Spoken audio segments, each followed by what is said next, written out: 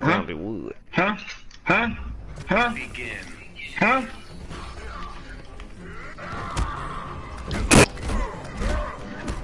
There's humans up there? That was... That's why I was unaffected until you were talking about Lil.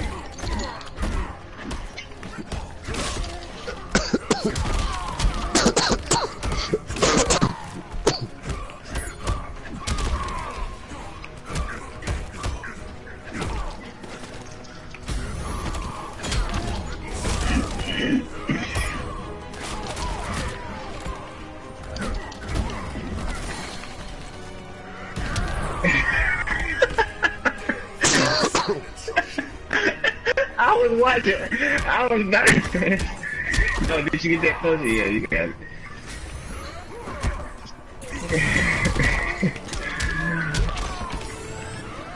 I was about to say something, but every time it looked like you were just about to crouch, and then you run into it again. Oh, that last one was longer than the rest. This stuff. Oh,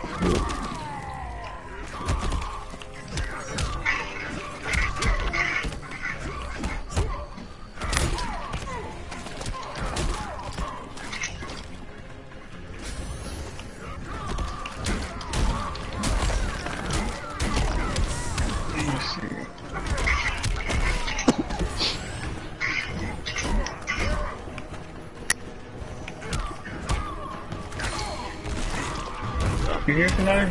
Hell out of that combo. Huh? you mother sucker.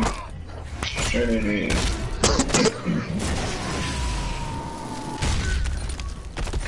Dang, that didn't kill me. Yeah, no, I didn't have no venom, and it started my venom over.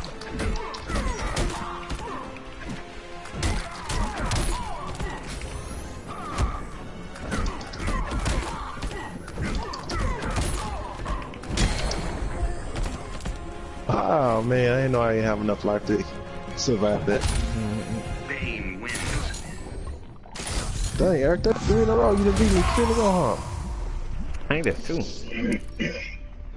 Is it 3? You think that's enough wins, or do you want another one? Let me get another one. Let me get one more. Alright. Begin. Where you walking to?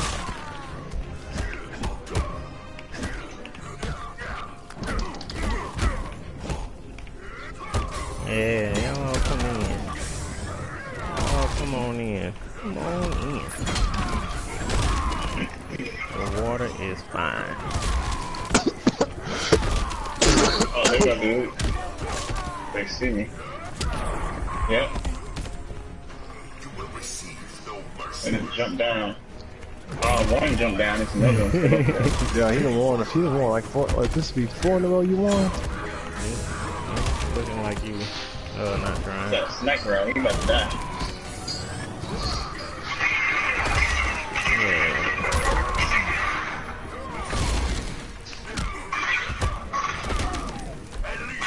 Yeah, they even.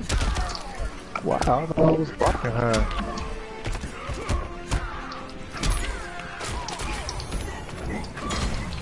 Oh, nasty.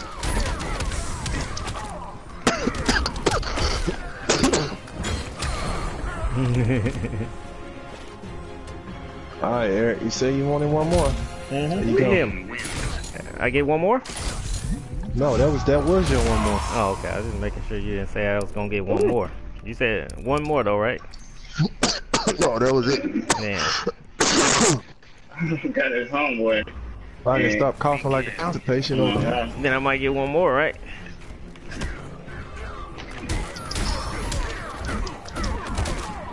Oh yeah. This is not going to be a good one for me. Wow. How much freaking armor they got? Ooh, you messed up. Okay. Might be a good one. Oh no! Storm! Run this way! Ooh, a bounce cancel. Baby! Damn, bounce cancel. No! As you keep up, girl, be quiet. Wow. Oh, you got armor. Oh, you made it up? No, you made it out. Man, where are you? Wow. Nice. Just bump into you one more time. Oh man, I'm blocking that shit.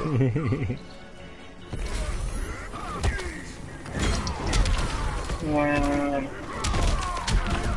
I think I already been where I'm at right now. I'm not going to redo it. Oh, well, we got to go that way anyway.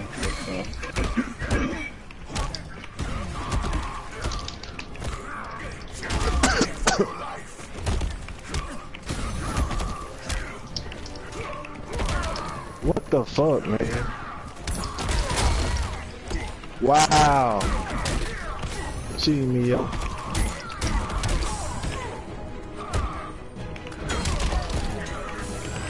That's bullshit, y'all. That was some bullshit.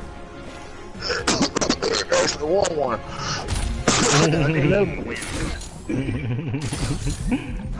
I dropped the combo, that's my fault. Okay, baby. Cumberlinho. Man, we got a little ways to go.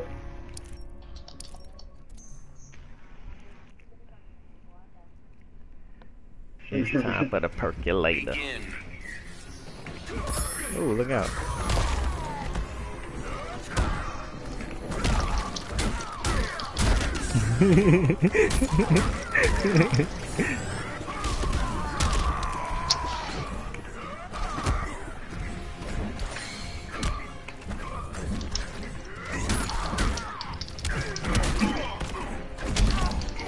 In 20-some seconds. Yeah, we're going to cross the lake. And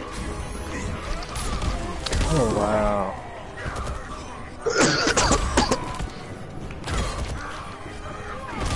That grab is overrated. Overrated. Overpowered. OP. It's cheap. That's all the goddamn saying when it's fucking cheating. Overrated mean it's not as good as people claim it is.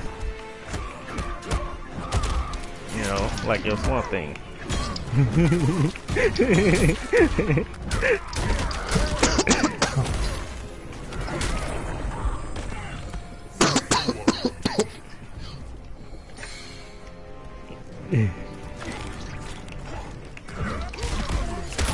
Wow.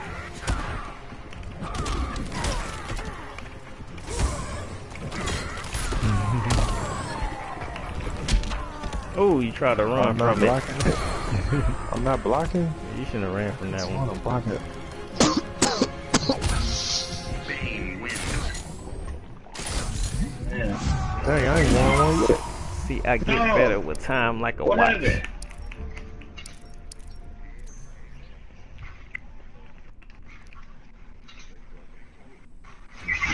Oh! I need some blue football. Oh, I like that.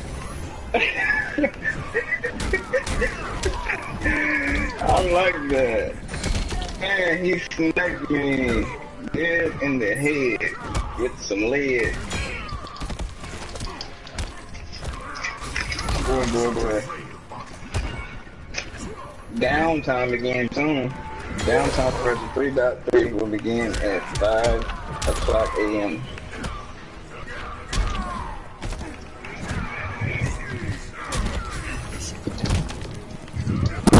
You don't deserve Probably speed me.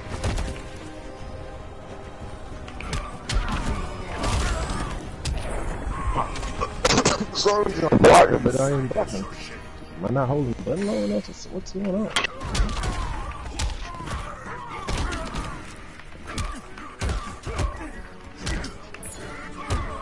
He keep ticking me too.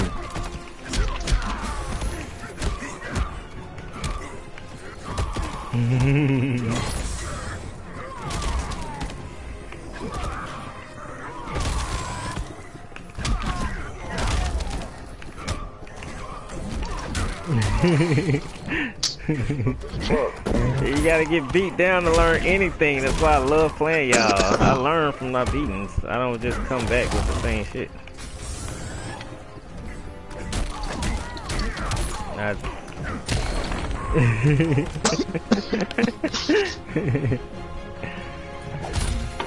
Bane wins. Definitely, man. I love taking beatings, man. I get a little better each beating. Ain't that what the Saiyans do? They take their beatings. They just take them. They know they coming, so they just take them. Begin. Come on, bro.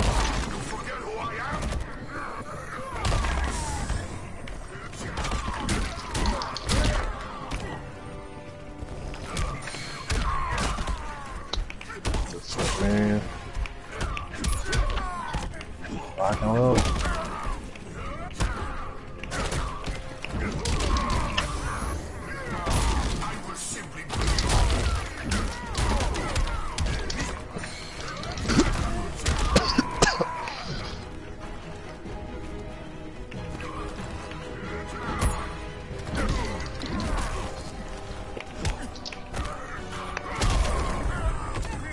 Yo, bitch, so.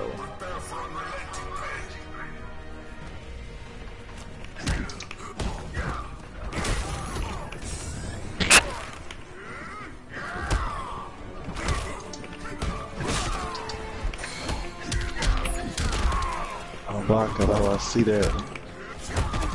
Good blocking.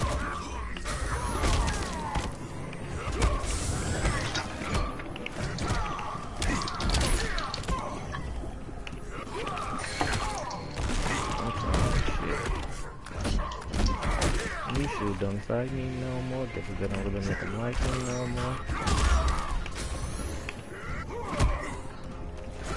Ooh, I thought you jumped. Damn, I let you out the corner. No, Jamal, not like this.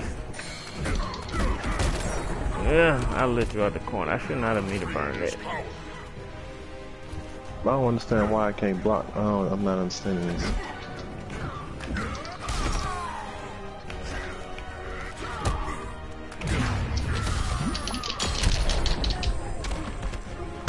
I ain't won one yet, shot. It's all bad. Bane wins. I had a rough day at work today. I'm taking it out. I don't have nobody to beat when I get home. So I have to beat my friends. I need children or a wife so I can beat them. Begin. Oh, mud puddle. It is awesome. Hey, baby. Oh, my goodness. Here. Come over here, baby. Look at you. You look sleepy. After Nice. you finish your Very peanut butter and nice. jelly sandwich, come and look down in here. Ah, dang. I got a long way to go. Oh, wow. That was sick.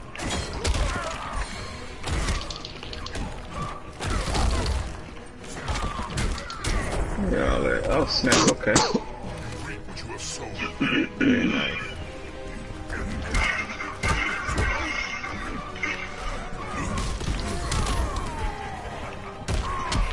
Oh my god, I was blocking low. What the freak? You stood up. Nice. Very nice. It was funny. Good low profile right there. That's some bullshit though. Ooh, I should have broke your armor. Cause that's Yeah, a it really double should hit. have. Yeah, I don't know what happened just then. Maybe it didn't hit in time. Yeah, I already hit it. Good block. I tried to What? close What's up, baby?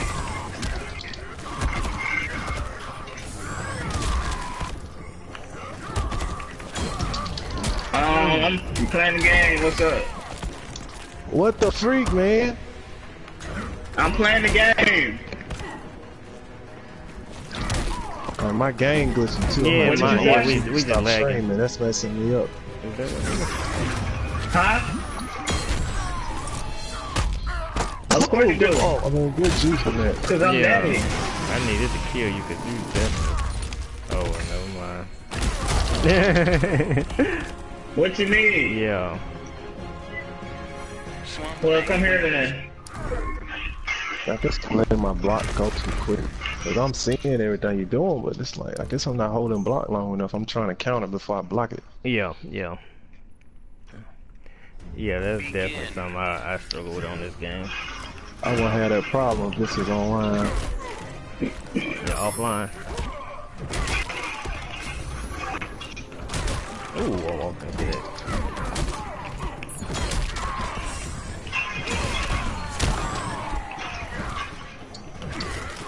Oh, wow.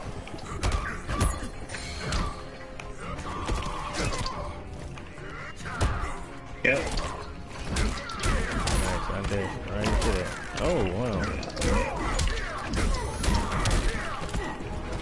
My reaction is getting worse because of the drink.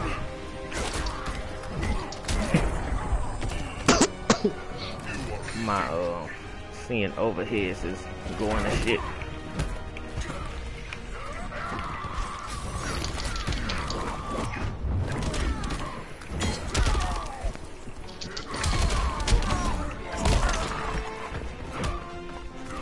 Yep. Nice. Ooh. That was bullshit. I did not try to do that damn person. I tried to do a log. I see him. Y'all talking about this Nico? I got a sour gun in this. That's good, bro.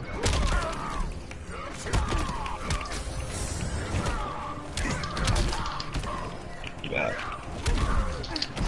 Alright, we should have.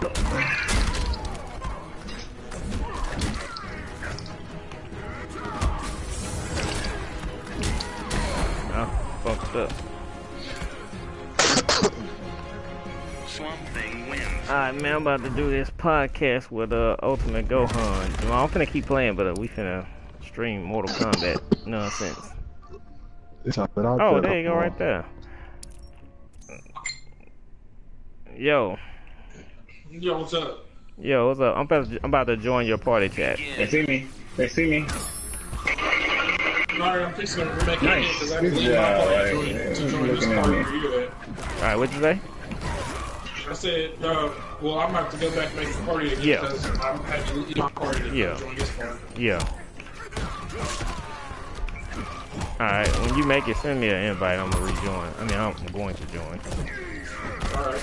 Alright. Oh, damn, I thought I was throwing you.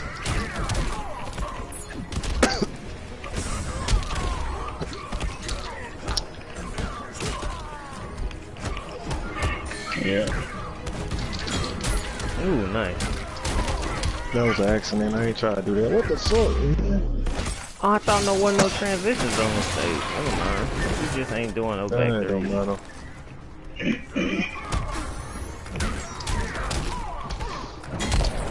Alright, I'm about to join this man party chat after this match. Oh shit. Oh, I made it over here. Good shit, Jamal, good shit. Respect the earth or leave.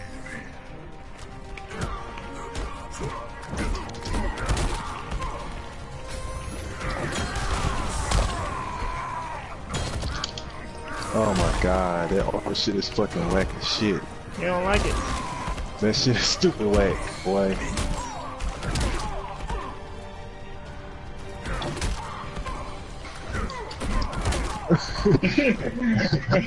It's some pain reliever.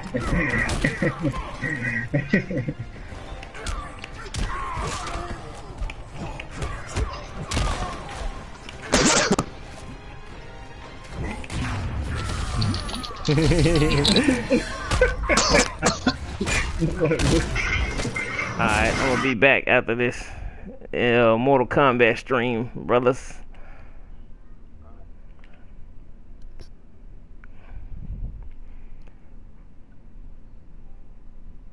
Alright. Alright, hello.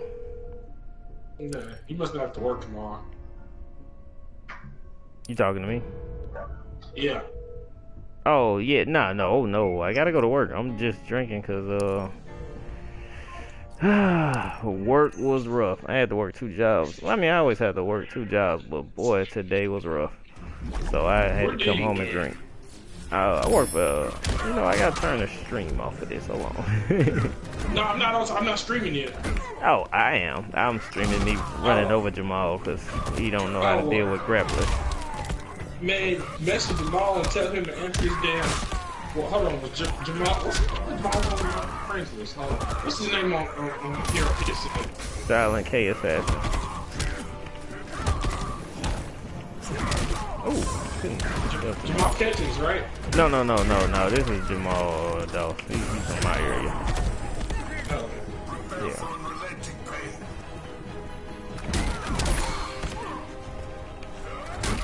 Oh, nice. But I took another overheat.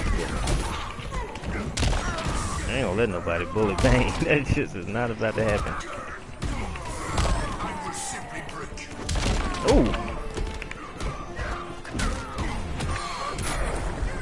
Man, the man is good at wolf punishing, I tell you that much.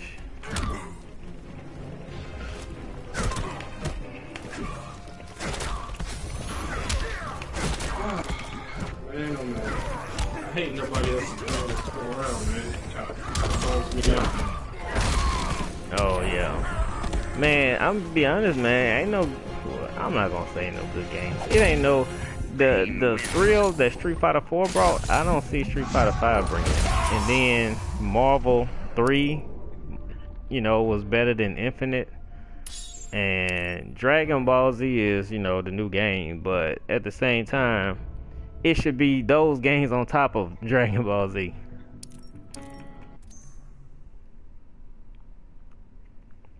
So man, I say the scene growing. I just don't see how compared to the games that everybody loves. Man.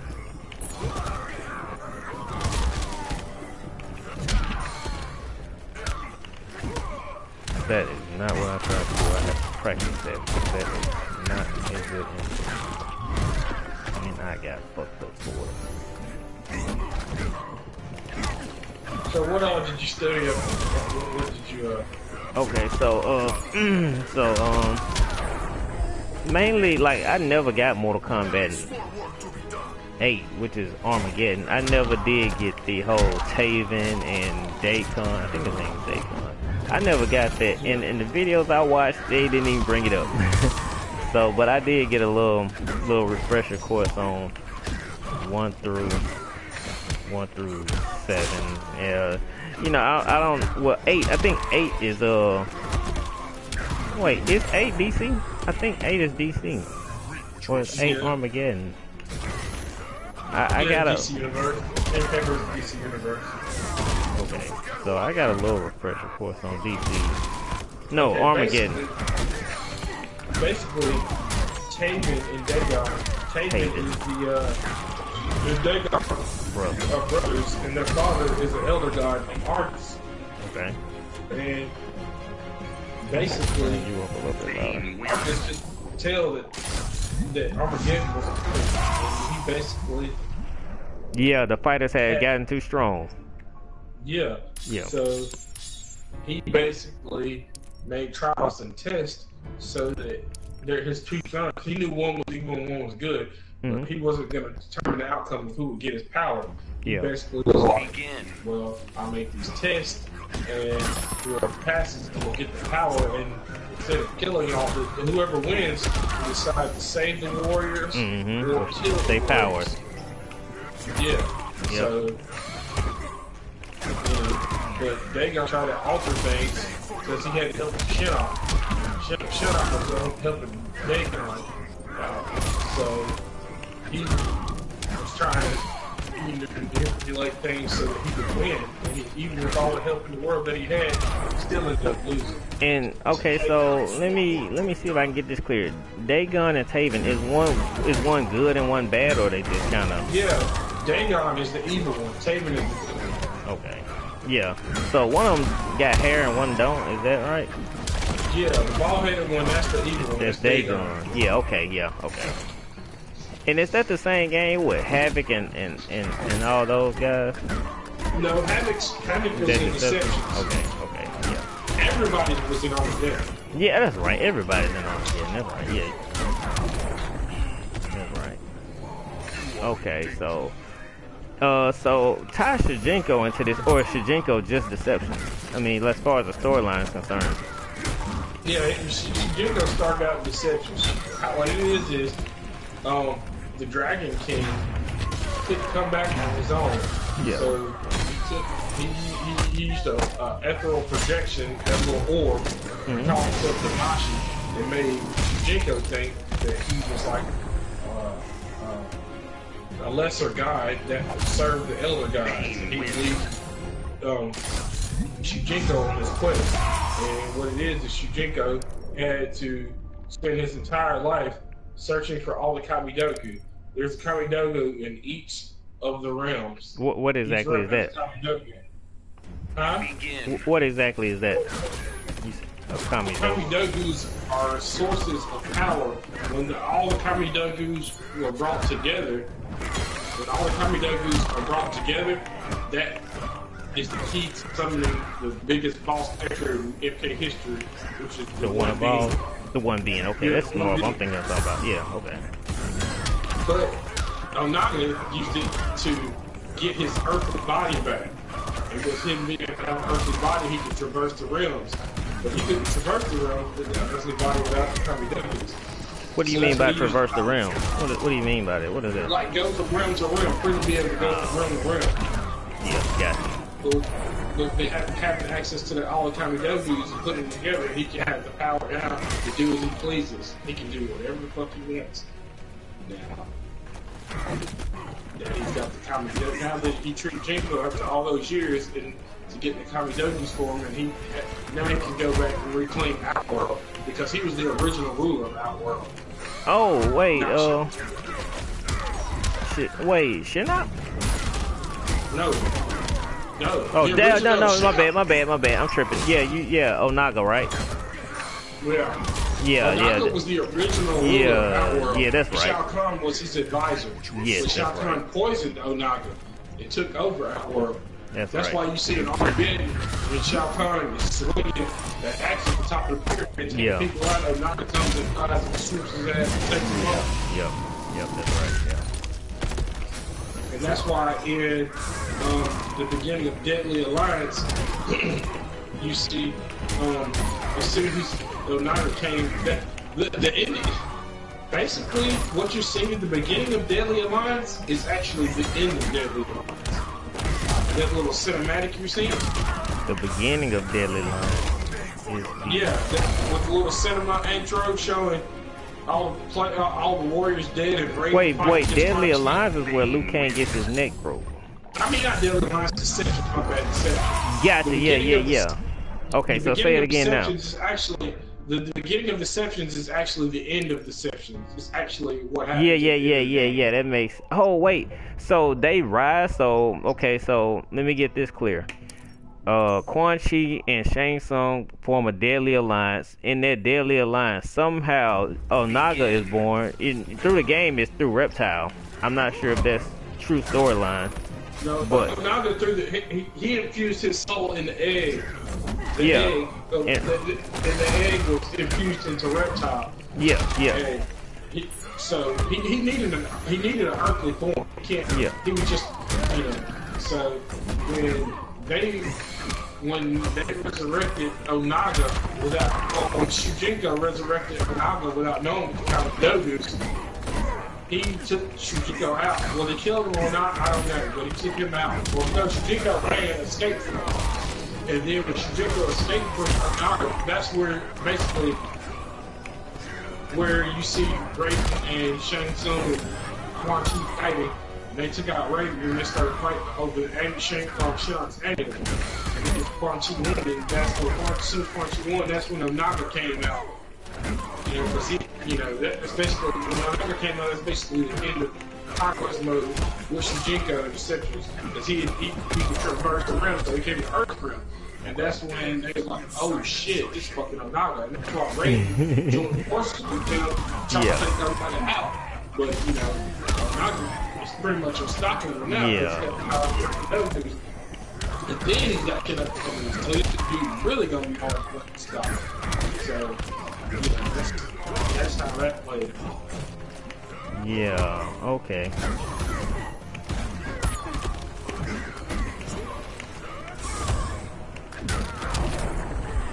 Okay, so, let me see who all else. Okay, so, now, I done forgot their names, but there's a bald guy that's like a captain, and he shoots beams out of his chest. Was he relevant to the story? You talking about Su Hao? Yeah, that's him. He's part of Red Dragon clan. He was in Deadly Alliance. He works for the Red Dragons.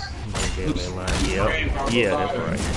Yeah, okay, so yeah, and then you got the Black Dragon and the Red Dragon. The Red Dragon is Kano, the Black Dragon is Cabal, right? Bane wins. Yeah. Okay. Hold on, no. Red Dragon is Movado, Black Dragon is Cabal, and Kano is part of the Black Dragon, but Cabal left the Black Dragons. Gotcha, okay. The Black Dragon is Kano. So Cabal left the Black Dragons. Originally it was just the Red Dragons, and then like the Red Dragon screwed Kano over, so he like left him and formed his own faction, the Black Dragons. Because the Black Dragons and the Red Dragons are always competing against each other. Yeah. So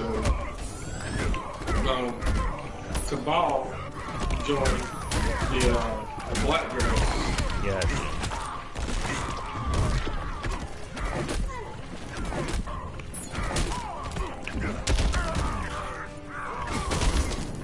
But yeah, Su Hao, he reports into Movado. Movado gives him, he's basically an assassin. That's all he is. He's a hired assassin. Movado tells him what to go do, and then he goes and does it. Okay.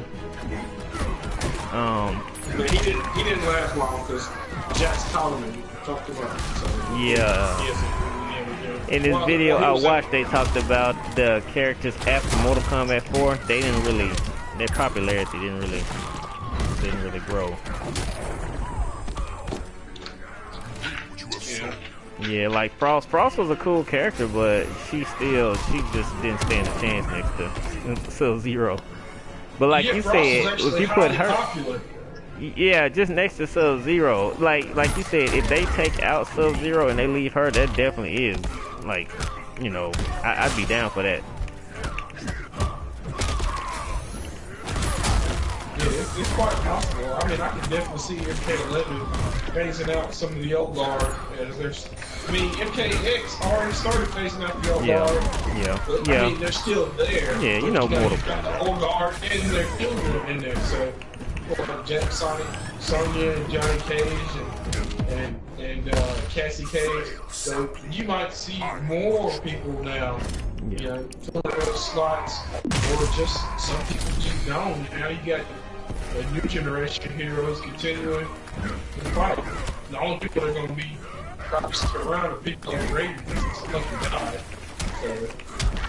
Yeah, and the Mortal Kombat series never really cared about killing your favorite characters. Yeah, nobody takes MK. People dying in MK seriously. These niggas can die and then come right the fuck back. They can die. They can come back. Well, you know what? Like for the most part, when people die, in my mind, I count them as dead. Like when Liu Kang died, I counted him as dead. But you're right, because Johnny Cage died in 2, and then he came back, and in a way, he came back in 3, but he definitely came back in 4. You know, 3 brought back everybody with Ultimate or Trilogy. But yeah, you're right. When you die in Mortal Kombat, it don't really. It's always some kind of loophole. Yeah, because you can be dead, but if somehow they can go and find your soul, or retrieve your soul, you back in the ballgame. Back in there.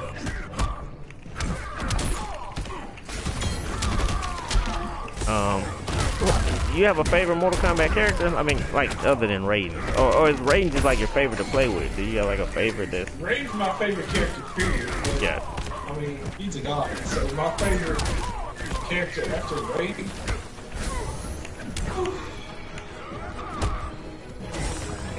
I would have to say would be Kung Lao. Oh, Kung Lao is definitely hype. Either Kung Lao or Night Wolf, yeah. Especially one Night Wolf, just because, like, this dude's a normal ass human, but like, Raiden, when he's stressed the fuck out about shit, he does actually do for a it's like, oh. I forgot that. I'd be like, man, I'm gonna fuck running in the first one. He knows he's popping in the streets. Yeah. To me, and then, like in 9, Raiden, when Raiden and Liu Kang talk to the other guys, who usually in charge of handling shit? Fucking Night Wolf. Night Wolf. Okay. Yeah, man, I'm gonna be honest, my favorite of all time has always been Shao Kahn. Oh, dude, I got bad respect for Shao Kahn. People don't understand. Like, people don't understand how devious and sneaky this guy really is. What yeah. He can do in brute force, he will do with some cunning, sneaky shit. Yeah. Like to see Naga was stronger than him was so hype. I was like, is somebody stronger than Shao Kahn? Like, he is stronger than Shinnok. I think you told me that. Who, Naga? Well, no, Shao Kahn. It's hard to say, I'm saying Shao Kahn. Begin. Yeah, well, Shao Kahn, his power's up there with the god. Yeah. And Shinnok is an elder god, but yeah. I've never seen them fight, so I couldn't tell you who would win it. But if you had to ask me, I would probably go with Shao Kahn over Shinnok, even if Shinnok's a god. Because even if Shao Kahn's not a god, he's pretty much got the power of a god.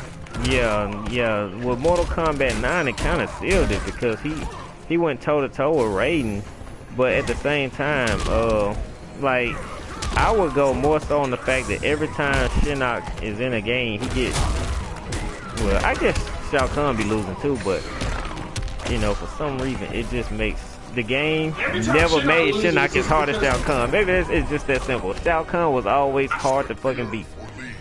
I just hate the fact that for Shinnok to be so powerful, they made Shinnok make an amulet, amulet would be the key to his source of power. Like, you're a god. Why do you need a conduit to channel your power? So now, like, oh, if I'm gonna beat this god, all I gotta do is fuck up his amulet. I have to touch up his amulet. And now, I can fuck the god up. So, you know. He never. Almost kind of like with God of War, where, like, you know, Zeus is supposed to be immortal. If you got the sword of Olympus, then you can fuck Zeus up. Kind of. Like, to me, that's stupid. It defeats the purpose of a god being a fucking god. Yeah, I agree. Fully omnipotent or you're not. He never, like, even in this new game, he never was like truly that strong because he in this game he relied on what is it? Well, see, that's how Shinnok is. Shinnok's a powerful god, but he's the type to sit back in the cut and orchestrate shit and send fuckboys to go do his work. And he don't get his hands dirty if he don't have to. That's how he operates. He the Jinsei, he needed that in this game, right? Bane wins. Yeah, he used the Jinsei to corrupt it to, you know, spread to corrupt the whole entire planet to make it easier to take over. I tell you what, that form he had, that shit was tight. Begin. Yeah, but they made that shit look like it wasn't nothing. Cassie Cage got the fucking blood like it was from the fucking movie. And Last Dragon. He punches in the roundhouse, and then that was over with. I said that is the most anticlimactic fight ever. Yeah, no question about that. He looked tight, but yeah, the fight was stupid. But he looked tight as fuck. Oh yeah. Yeah, he was hype. He was hype, but I want to say he lost at the beginning of the game too. Yeah, because at the beginning of the game, that was at the end of 9.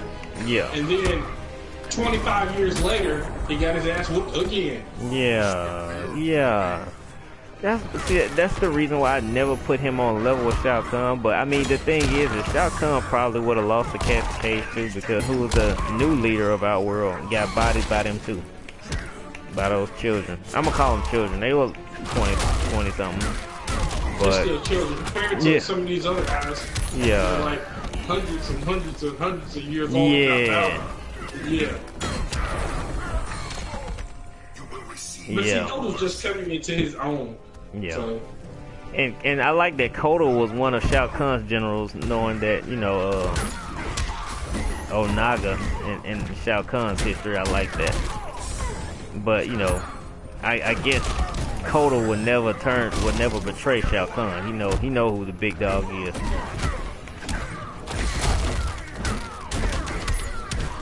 But Kodo is hype. I guess he wouldn't stand a chance in a fight against Shao Kahn, right?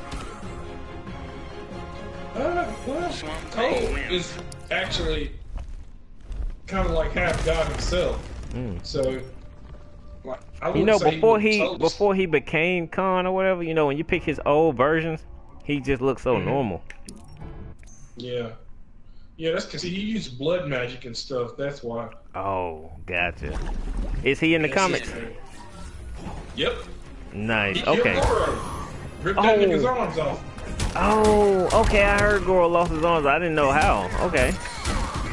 So, like, Goro is the prince of the Shotokan, right? And then you got Kentaro, who is like Shao Kahn's general, right? So what now? He like Kentaro was one of Shao Kahn's generals. And then you got Motaro as like one of his generals. No, Kentaro is not Shao Kahn's general. Kentaro is like Shao Kahn's part of Shao Kahn's personal guard. Okay.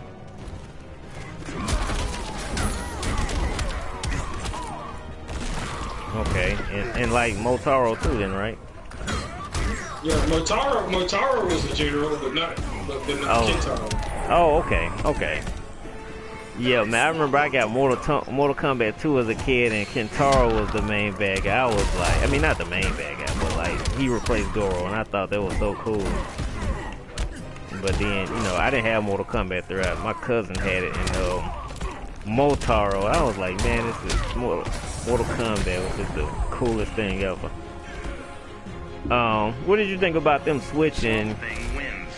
Alright, so Sub-Zero becomes a cyborg in Mortal Kombat 9, is it not? But in the original storyline, Smoke became a cyborg. You know, like well, see, is that the Sub-Zero with the scar on his eye? Yes, the original Sub-Zero doesn't have a scar on his eye. Yeah. The Sub-Zero with the scar on his eye is the younger brother. Yeah.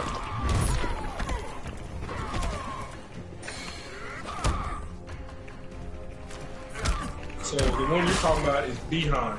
Yeah. Bihan is the younger brother. And Kuai Yang is the older brother, the original Sub-Zero. Yeah.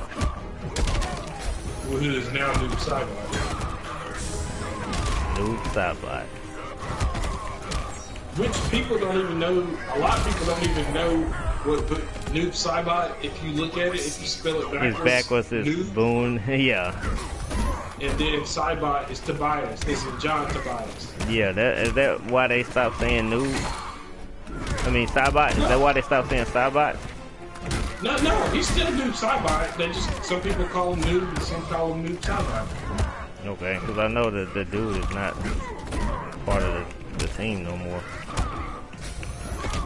Yeah, but pretty much I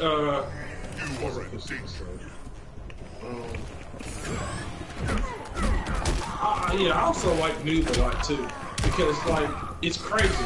Even though he traded, he quit using his ice powers as when he started using the powers of darkness under Quan Chi and the Brotherhood of the Shadow. He's still the original. He's still one of the original Sub-Zeros. He can still use those powers. Oh, really? Yeah. Okay, I figured it was one of those Ermac things where his soul is in somebody else's body, so he can't.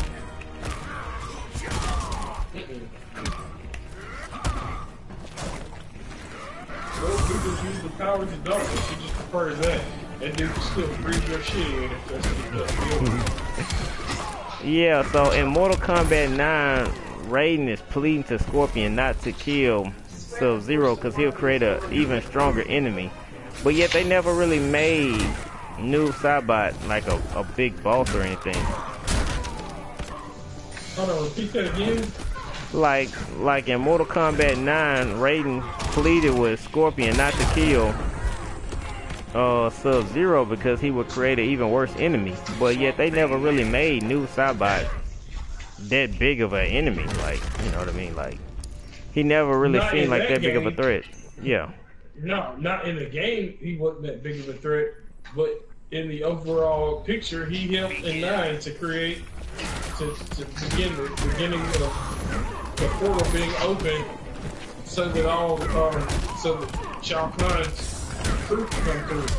Oh, okay. Remember, Nightwolf ended up having to fight him, and then got knocked into that Soulnado.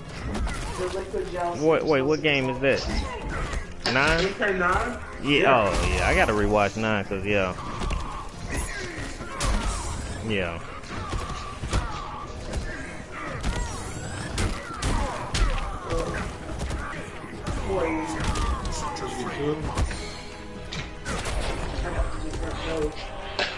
Reach your soul. But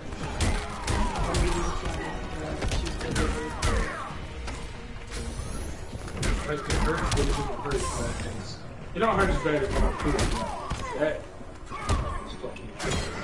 Now it's just like... well, I'm gonna get some like just straight up cheap ass. These are just like generic rollers, just real training. So the same as Advil, if it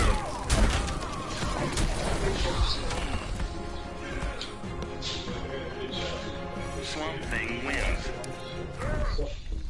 Hold on real quick, let me plug in my phone. Alright. the food isn't in the garbage bag. So I reach my hand down and pull it out. Did you get yourself that? Or did you still full? I had a dollar just plain burger with ketchup. Because I'm pretty much full of stuff.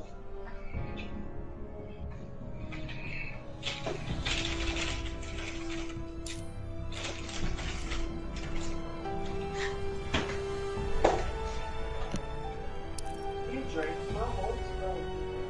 I thought that was my part. No, I thought that was No, I thought that was for me. Alright, I'm back. Alright. So oh you I'm here. okay, so Mortal Kombat 11, like what characters? Yo. Oh, what's up, man? Oh man. Yo, did you want to talk about that account before I got off? Yeah. Well, let me, cause we Gohan, you recording? No. Oh, okay, yeah, let's talk about it. Alright, well, the way you know what the pick is, like when you're on the account, like Charles, they got research on each one. Like you pick on a company and it'll tell you like what's going on recent with them. And it'll give you like they 5 year, 3 year, 1, 2, 3 months how the stock is doing. Yeah. And you basically go off their history. So it'll tell you like if they finna do something like release a new product or something, it'll tell you on the site. And that's basically what you use to invest with it. Yeah. Like, and if you're doing like mutual funds, they tell you like the mutual fund basis for investing, like if they like aggressive or if they more conservative, concentrating on capital or dividends, like it'll tell you. Yeah, see, when I went to Atlanta, me and Joe looked at, he has this trading course that he paid for, and we looked into investments. I mean, you know, it talked about trading options. I don't know if you're familiar with trading options, but trading options and actually buying stock. And yeah, I looked into, I declined options on my account. You can get options, but I declined them. That's actually what I'm trying to get into, the actual options. But, because I'm going to invest in the cryptocurrency stuff instead, like, as far as like investing, that's what I'm going to invest in. But Like, basically, like, with the buying stocks, I know it's gonna be complicated because, like, no, I thought you'd be dead. Like, right way, well, there's two ways you can actually research companies in this. You can watch the charts, which is called, technical way of investing, and then you can actually read their balance statements and their earnings per share and all that like stuff, and that's called the fundamental. And I was gonna really learn all that this year before I got into actually trading options and buying. Like I said, I didn't really plan on buying stocks. I was gonna stick to buying cryptocurrency or investing in cryptocurrency. But well, I'm definitely. The stock is supposed to make it's supposed to like hit a big drop. So like when the stock market drop, it's probably be a good time to advance because all the stocks are below. No company's probably gonna go back up. Yeah, no question about that. Cause Apple did that in February. I actually watched it.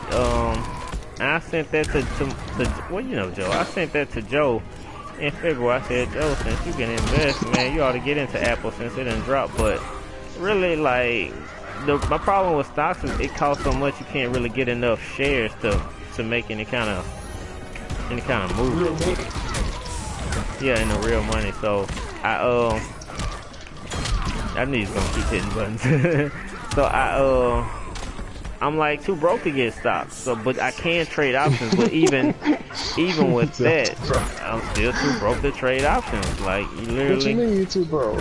Well, like, I mean, talking about you want to like 500, 600 shares is what you're saying? Nah, just to get 100. Like, to get 100 shares of Apple is gonna cost you a good chunk of money. And if I got a better job, I definitely would. I definitely would get into. I mean, the truth is like buying options speeds up what trade. I mean, yeah, buying options speeds up what investments will really do. You know, because you're trying to see it move. Some people, like, you could buy stock in General Motors and it's at $59, and you're like, I'm gonna just hang on to General Motors for a few years. And 10 years from now, it could only went up to $65. But at that whole time, it could have been going up and down. And if you trade options, you could have made money each time it went up, each time it went down, each time it went up. And you would have made tons of money off trading options, whereas your stock, it going up $10 over 10 years, you really wasted your time. Wait, no, you gotta buy more shares. No, I'm saying no matter how many shares you got, if you buying something that only goes up like $10, you just really didn't make no money. The way to make money is to get it while it's cheap. I mean, like, let's say I have to show you on like a calculator, but if you get this kind of stuff while it's pennies, and then it goes up to like $5, yeah, you make a lot of money.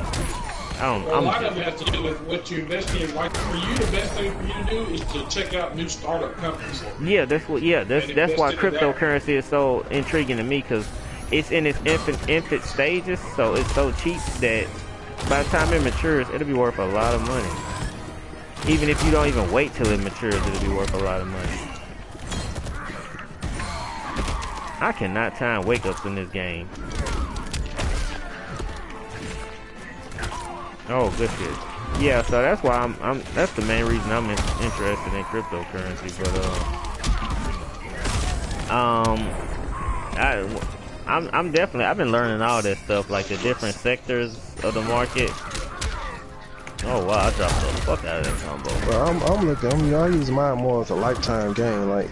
Yeah, you gonna hang in there, like you gonna invest. Like low risk, long going low risk. But when I open my Fidelity account, I'm gonna go high risk. Trying to keep it balanced. Yeah. As long as you keep a good portfolio, you should be good. And when I look at it, I'm like, if I it's like Sanderson or Pilgrim or someone like that, where I know they're not gonna fall because people gotta eat. You know what I'm saying? Then I take a chance on some IT company somewhere. Are you trying to like basically save your money by using stocks, or are you trying to like me get rich quick? No, I'm not getting rich quick. I'm getting rich Okay. over long term. Meaning I'm gonna Gotcha. put like $500 to $1,000 in the account every month and try to reinvest it. Gotcha. Okay. Yeah.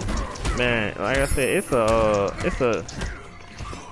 it's a investing course that Joe got. It's $200. It ain't cheap by no means, but it's real educational, man. I could teach you what I've learned, but you know, for the most part, I mean, you already got a good plan. I'm on the get rich quick plan. I just feel like, I backed that. Oh hell, I didn't recover from the back there. Because my wife work, I don't really have to. I don't spend so much money on bills, so all that extra money, I just put 401k. Yeah, that's right. Yeah. I don't think the get rich quick thing don't work, man. You gotta have like stacks to put on something. What? Nah, that's what I'm talking about. Cryptocurrency. Do you know with cryptocurrency, like this dude showed me cryptocurrency on like a Thursday, or maybe it was a Friday, and it was at $7. And the next day I showed my dad, and I was like, this is it. I was like, I think this is it. It had jumped from $7,000 to $20,000. See, but the thing about cryptocurrency, I was like, what's backing cryptocurrency? Like, okay, you got like, say for instance, like Walmart. You buy Walmart stock. What's backing Walmart? It's fucking Walmart. Like, What do you mean? how good they do. Like the cryptocurrency. Oh like, yeah. Oh, I see what you're saying. It's like, what performance is the actually. backing? Like, No, like, what's that's the why it's standard? perfect. That's why it's perfect to do this. Like, consider this. You know how Enron failed? Would you invest in Enron knowing it failed? Nah. Well, see, here's the thing. What's the sustenance of cryptocurrency, like bitcoins and stuff? Like, what is? You ride the hype train. People believe in it, so you get in it. It's almost like playing online poker or real poker in real life. People, it's almost like a bluff of some sorts. People was like, well, this such and such, whatever it may be, is at an all-time high, peak, whatever, blah, blah, blah, and such invested in it. And it might not be worth crap, but because other people are investing in it, and you've invested in it, now you see your shit rise. Yeah, exactly. Because your shit rose, now that your shit rose, other people see your shit rose, so they're investing too. Yeah. It's almost like an online, it's almost like a poker game. Yeah, it's weird. He's nailing it. Because, like, the truth is it's gonna grow as long as people believe in it. It don't gotta produce nothing. As long as people think. I don't know what is it. It's just like it's just like the United States.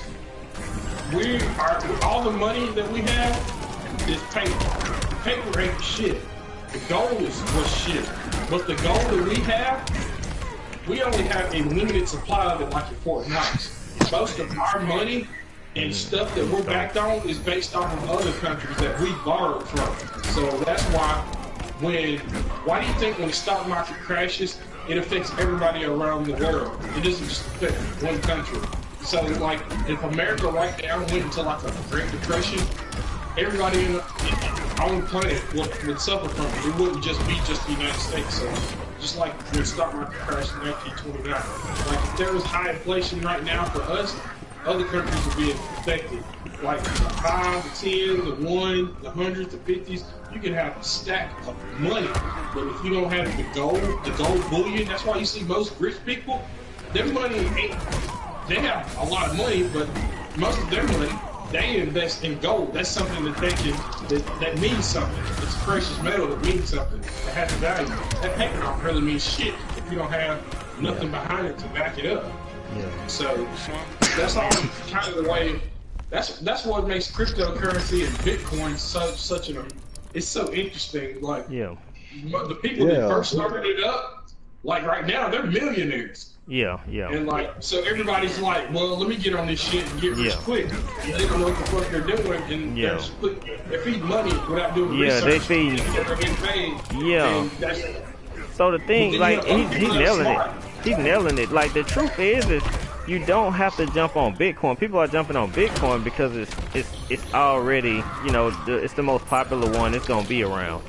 But Bitcoin, you know, is very dangerous. It's like trying to download music illegally and knowing that your server, your IP is being watched. Because if they catch you doing the shit, they're gonna fuck, the government's gonna fuck you up. The only reason the government cares is because it's fucking them over. This Bitcoin shit's fucking them over. It's hard to fucking, virtually hard to trace. Yeah. All the drug dealers, all the big time drug dealers and shit are using it. The government has no way to trace it hardly or to tax it. So you do a drug bust and there ain't no fucking money, you know, the drugs are gone. And there ain't no money, you just got the motherfuckers that you busted, you're like, shit. Like, I've spent all this time and money, I've got nothing to show for it. But the motherfuckers that know what they're doing, got everything already stored on these online digital bitcoins. It's like something that exists, but it unofficially don't exist. It's ghost shit. So, yeah, see, that's why I don't want to fool with that. Yeah, that's what makes it such a big gamble. I mean, you know what I mean? Like, it just don't look like it's going nowhere no time soon. And the reason I brought up Enron, I asked you if you knew Enron was going to fail, would you still invest in it? You know, knowing its future. The reason I said that is because even if you know it could fail. You know what I mean? You could still make money off of it. You just know that you need to get out of it. And that's like, if you don't believe in this stuff, that make it even better. That makes a good plan because you like, I make a little money, I'm getting out. But the people that believe in it, they gonna just sit on it, whether it's doing good or bad. And that's why people did make millions. That's why people did, like if they got in 2010. Yeah, definitely, you're right. But that's why, like, the people that got in 2010 and they just stuck with it to 2017, that's why they are billionaires now, because they did get it in pennies. And it did raise. That's what you got. You got people that are like have hundreds of computers running at the same time, constantly mining, just constantly mining. Yeah. And then all they got to do is hit one sweet bit and then just walk away. You might have invested $500, something small, $500. It's almost like having a scrap off. You just got to just keep going, running them numbers, punching them numbers, pushing, and then bang, 500. You hit a lick. 500 just turns into 5,000, and 5,000 just turns into 25,000. And some people are like, all right, I'm bailing. And other people are like, you know what? This is good, but I feel like if I just sit here a while, I might hit a lick. And then 25,000 just turns into 2.5 million. All right, now I'm getting big money. Now the government's on board. I'm gone. I can see comfortably on 2.5 million for the rest of my life. Some motherfuckers agree. They just got to keep pushing the issue. And the more that they do that, the more that the government, that's why they're cracking down, because so many people are doing it. And you got to be connected to the internet for all this. You know, the government, they got their people on top of it. Shit, it's almost like weed. Like, it's harmless when you got a little bit, but when you got a lot, you got to attract a lot of attention. Somebody can see that stuff in the city, and they gonna come looking for it. So it's so complicated. Cause I see people. I have friends that do the same fucking thing, man. And then I was just like, man, if I knew more about it, I was falling out of it, I would do the same shit, but I don't know nothing about it to just throw money at kids like that. I don't want to throw money on a chance. I don't even like going to New Orleans to get a fucking $5 scratch off for a chance to be a millionaire. Me neither. I'm going I want it to be a guaranteed thing, because nobody thinks losing money more than me. Yeah. I hate this. So, you know, it's just something that, you know, you're taking a chance. Yeah. You're just taking a big chance. That's all it is. But you had a good point. You said if you was balling, you would do it. Oh, fuck yeah. Yeah. I mean, if I got disposable income to throw away, why not? I mean, you gotta spend money to make money. Yeah. I gotta spend $500 to get $500,000. Yeah. Shit, let's do it. See, that's what I'm doing. I'm just using, like, extra. I got. Yeah, that's me. I just like, you know, depending on if I get this other job, then I'll just, you know, be able to put more money in it each month. Kind of like what you said, no different than what you said, just me basically saying the same thing about cryptocurrency. Basically, you gotta use the 2010, I think it's like 2010 step. You live off 20% of your income, invest 10%, and the other you save.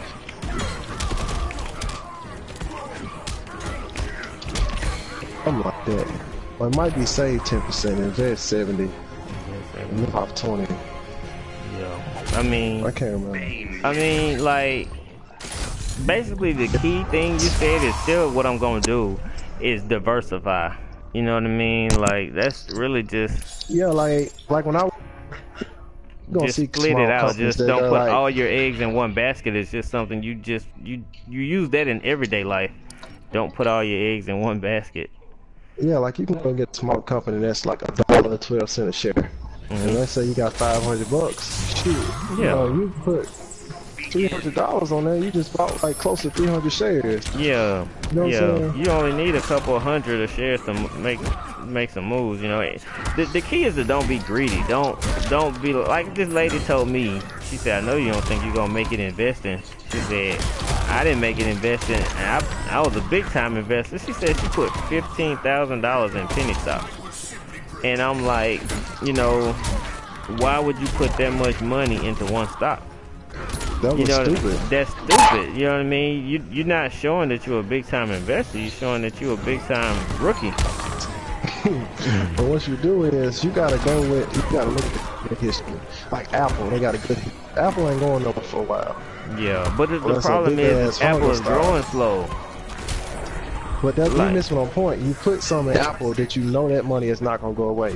Yeah, then you invest in the small businesses. You invest more in small business. So if you lose the small business, you still got your Apple where you can sell some of it and reinvest it into something smaller. Because think about it, one Apple share is $80. I don't know how much it is. I'm just $179 like a share.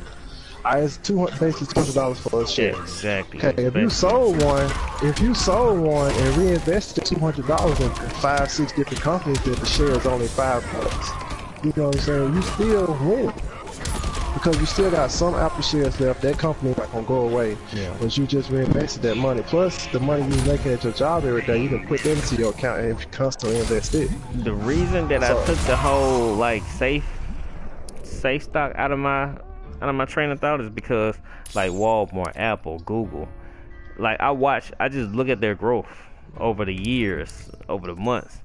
You know what I mean? Done like growing, they stagnant. That you did. Yeah, but they assured that they can do what they need to do to keep a strong balance sheet. So they not gonna go under like Circus did. You know what I'm saying? Yeah. So if you got money in that, keep it, cause that means. And then guess what? If you still make more money, you can just keep buying more shares. It definitely is equivalent to like, you know how you sit your money in a bank and it don't grow? It's better than you doing that. Yeah, you know what I'm saying? Your money in the bank is growing. It's not gonna grow. Yeah. Like my money. Even in a retirement account, money is not gonna grow. Yeah, so you got like a mutual fund, but it's good to invest in mutual funds. Yeah, true. Definitely. Like my 401k grew $4,000 in 3 months. In 1 quarter, I was like, damn. You know what I'm saying? But then the next quarter, they only grew $200. Yeah. Okay. Because the market's always going up and down. It's always moving, whether it be positive or negative. But that's what I'm saying. But if I had took it and I had to put, instead of putting 5%, if I had to like 25% of my check, I would have made a lot more money. Yeah. You know, he does have a point though. You know, like right now, ain't shit popular right now. So it doesn't seem like it'd be an ideal time to buy stocks.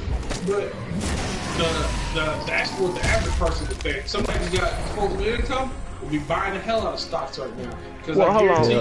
Let me ask you this. The stock's gonna go on because it's too much marginal. It's too much marginal buying. So the stock gonna go on. Stock go on. When you need to buy. The price is gonna fall. Buy. Let me ask you the difference between the two people. It might come back up, but if it don't, you ain't really losing if it's disposable income. No, what I'm saying is like somebody can get a hot tip. Inside trading. The next product, like the iPhone X11, right before it comes out, so they'll buy up a shit ton of stocks.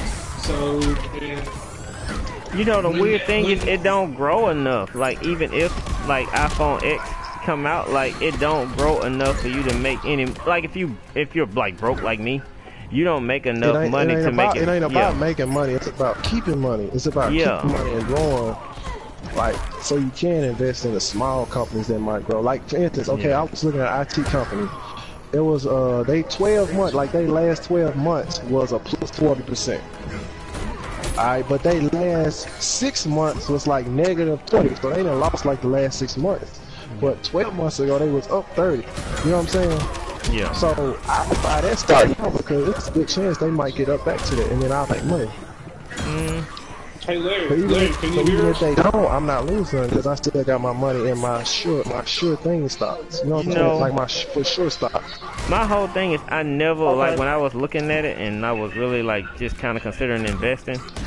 You know, I feel like unless you reading it's a company's earning their like balance sheet and their earnings per share statement, like you really don't know whether the company is overvalued or undervalued, or you know what I mean. You really don't know what you're getting into without actually researching the company. Like looking at the chart just really wasn't meaning nothing to me.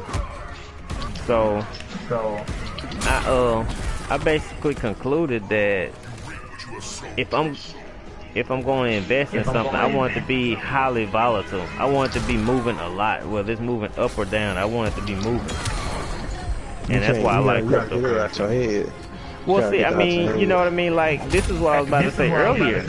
The difference between disposable income and trying to actually grow your money.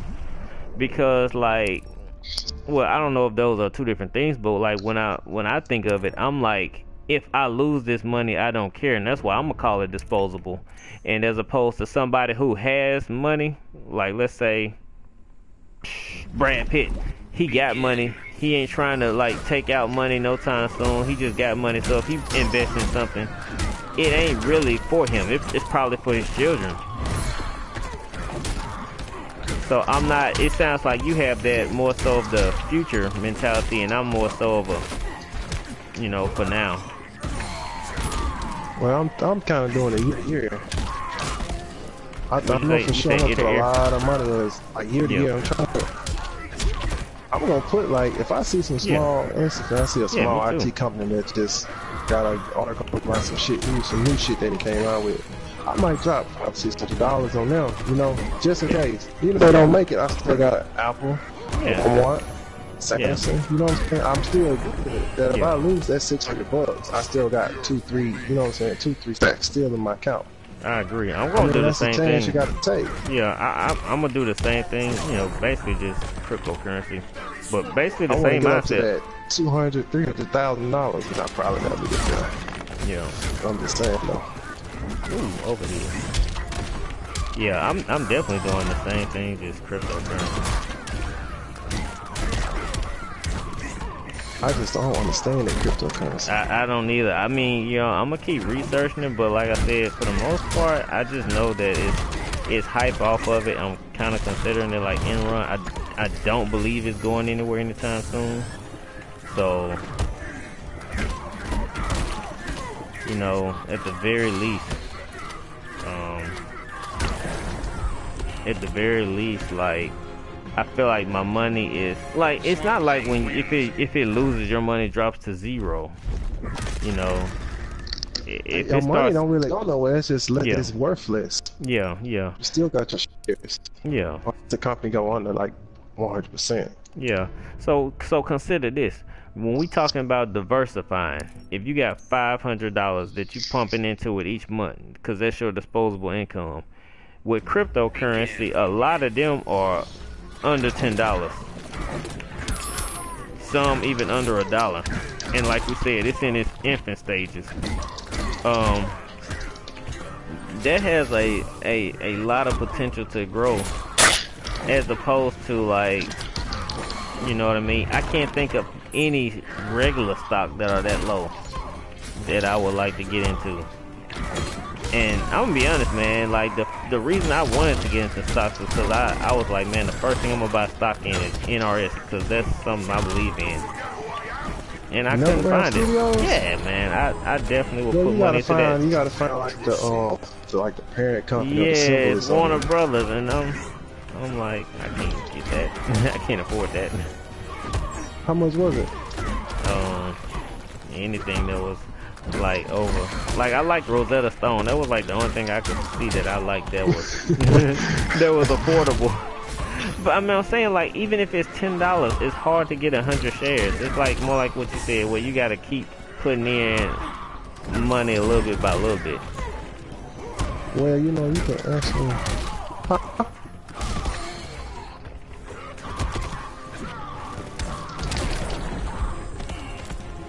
Let me see if he's still alive. My phone is in the kitchen, but I done forgot how much Warner Brothers. Yeah, he's still alive. I might not even been able to find it. You gotta take a chance, man. But even 10 shares, and 10 shares in a small company is only 80 cents a share, and they blow up. That's a lot of money. That's a lot of money. That's why, I mean, that's exactly why I like cryptocurrency, because the thing is, if you're talking about penny stocks and like the SP 500, it's probably like, if you're talking about penny stocks, it's probably because the company is going under, so don't get it. Well, Pilgrims used to be a penny stock. Now they one of the largest companies in the country. Well, yeah, I mean, you know, I'm just saying, like, I think they went down to like 10 cents a share like a few years ago. We were about 10, 12, 13 years ago, I think. Yeah. It all depends. Like, people were talking about, you know, they made money off Facebook and stuff. But like, I was watching this podcast where the dude was like, I was in Facebook. The dude was like, he was like, he wished he would have bought Facebook. He was like, when it first started trading publicly, it was like at $30 a share. And he said he was with this investment team, and they talked about getting Facebook, but they didn't get it. And then it went down to $16. And then after that, it shot to the roof. And I'm like, even $16, it would be hard to get hundreds of shares. Because Facebook only went to like $70-something. How many shares do you need? Well, I'm saying to, you know, get rich quick. You know, to get rich quick, you need you can't afford it, I tell you that much. I have to go get my phone again, but to be honest, man, you need thousands. If you're talking about Facebook, it costs too much. It didn't start trading publicly at pennies. It started trading publicly at $30. So, you know what I mean? Like, it literally would have took a couple, like maybe 10 grand. You said it started how much at grands? No, I'm saying it started trading at $30. Yeah, you need grands to get. We still talking about get rich quick. We're not talking about get your yearly salary in one paycheck, because that's not, to me, that's not get rich quick. We're talking about, I wanted to hit you with that sign so bad. You know how many chances you have to take to get rich quick? No, I'm saying with the cryptocurrency stuff, you only need to guess right once. I'm saying right now, you getting it while it's in its infant stages. How you getting paid out on cryptocurrency? Oh man, that's the hardest part about it. How do you take your money out the damn market? I cannot figure that shit out. It ain't easy. I know how you do it. I know how you do it with stocks. Yeah, I know, right? It ain't easy. I can promise you that. It's not easy. You won't like it. Like, just watching videos, me getting, like, how do I get my money out? Like, why is there a video of how to get your money out? That should not exist. Like, I know it's not easy. Yeah, I know it's not easy. There should not be a how do I get my money out of Coinbase video. How do I sell my Ripple video? Those videos should not exist. There is no how do I sell my Apple video. I would never sell it. Yeah, that's the whole thing. You know, it's a long-term hold. I'm not gonna lie to you. It's a long-term hold. That's why it's not get rich as quick as I claim, but it's get rich quicker than I will ever be able to work and get rich quick. Did that eat up your meter? No, I used the meter. Like, it didn't come out in time, or it ate your meter? It didn't come out in time. Oh, shoot. I really hope you are gonna prolong this, aren't you? You are. Good job, Jamal. Good job. Can I win, please? Oh, well, I guess not. I win, please. And then you walked away. I was gonna elbow you.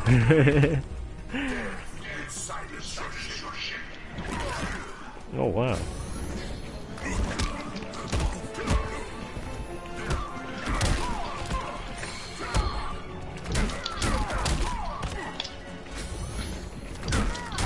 You always read that when I'm gonna dash in. You always read it. I mean, I guess you actually see it. There's no way somebody can make the right read every time.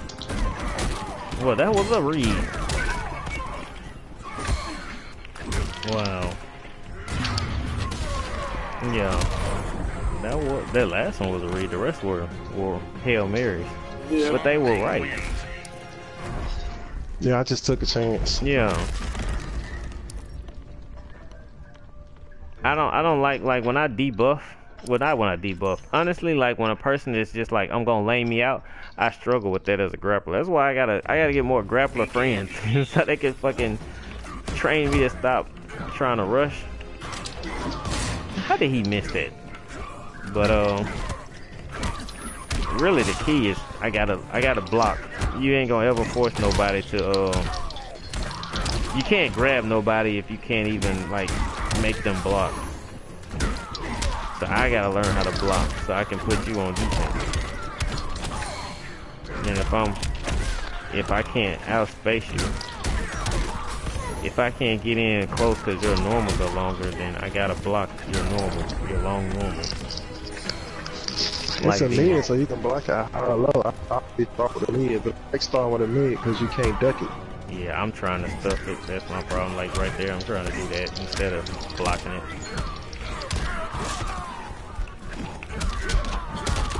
Stelio, man, we ever having these juicy MK talks, bro? Where you at? Oh man, I'm here, man. I'm here. I thought we were recording. Nah. Yeah, I didn't start it because y'all start talking about the cryptocurrency and all that shit. And I was like, nah, I need to do that. Yeah, nah, that wouldn't have made sense. That's why I asked you where you were recording that first, because I thought you were recording our initial talk, and then when you said no, I said, well, we might as well talk about cryptocurrency. You see what I'm saying? Yeah, that's true. I thought you was already recording. I am recording, but I was recording before this too, so it's like I can't just name the video MK Talk, being that the whole time we was over there talking about Fortnite and stuff. But Jamal, you play Mortal Kombat like have you had them all growing up? Yeah, every single one of them. I did. I had 2. This option up and get a few of them, about 5. Okay. 5 of them, I think. Well, what made you get Mortal Kombat 10 then? Just because you did like it? How did I get Mortal Kombat 10? Oh, because I had 9. Okay. Oh, okay. And I like 9. Okay. Well, you know, what do you want out of Mortal Kombat 10? Or do you plan on getting more characters? Like new characters, or when you say more, like storyline wise, like you want them to bring back characters that are dead, or no? Yeah, I want Smoke, the real Smoke, not the goddamn machine. What difference would it make? It don't make a difference. I want no goddamn machine. I want him. Or me somebody. Yeah.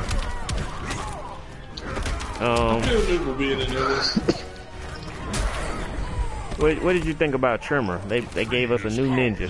What did you think about him? Oh man, he was so fucking whack. I like that nigga. I like it. Harold, what did you think about him? Say what, Larry? Yeah, Larry. What did you say? Who was Larry? This one. Yeah. I think even though he tried to kill his brother, he's like, you know what? That was my brother. Only person got the right to kill him is me. Now I gotta fuck you up. No, you didn't hit no button. You would have beat me out no matter what button you picked. Ooh, you should have. So what you're saying is he still has some of his humanity. He had totally what Kuma has, Tom. No, Jamal, not like this. Let me get my Venom back. I'm gonna be back over there, trust me.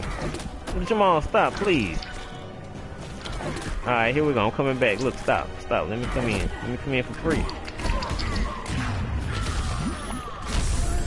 I told you to let me come in. I said let me come in for free, but you was like, nah. Oh yeah, that's gonna kill me. Yeah, that's what I'm saying. I was gonna come in and kill you legit, but you didn't want that. Bane wins. Alright, this I'm gonna tell you right now, like, I thought Trimmer would be stupid because people been asking for him for so many games, but when he was hyped to me. He was hyped, like just watching his combos. And another thing about Mortal Kombat is I like the variations. So in Mortal Kombat 11, I want variations to come back. Injustice did good with gear system. Mortal Kombat did good with variations. You got people hating on variations, and it's like, why would you want to limit what the game is going to offer you? That makes no sense. If you don't want to play with a different variations, why ask for that to not be in the game when somebody else might like it? And so, plus, like, yeah, just one style isn't always going to be the same another style. Yeah, they explained it perfectly. They said some people just want to play one character, you know? Like when it comes to Street Fighter, you know what I mean? Like I play Sagat. Sometimes I have to rush with a character that zones, but Mortal Kombat is like, we know you want to play with this character. We're going to give you a rush down version of this character. Like, I remember when they was premiering Dr. Fate, they was like, can I rush down with Dr. Fate? And they was like, yeah, with the different gear system, but his base system, you're not finna be rushing nobody down. I mean, you're not gonna like it. He's anyway. He's a zone. That's what I'm saying. They made that clear. It's like you just won't like it. You can do anything you want to do. You ain't gonna like it though. And MKX was like, we gonna give you. I don't know why I did that, Jamal. That was a true waste of my meter. You know, MKX is like, we gonna give you a character that fills in his own holes. He gonna have weaknesses. He gonna have strengths, so he gonna fill them in.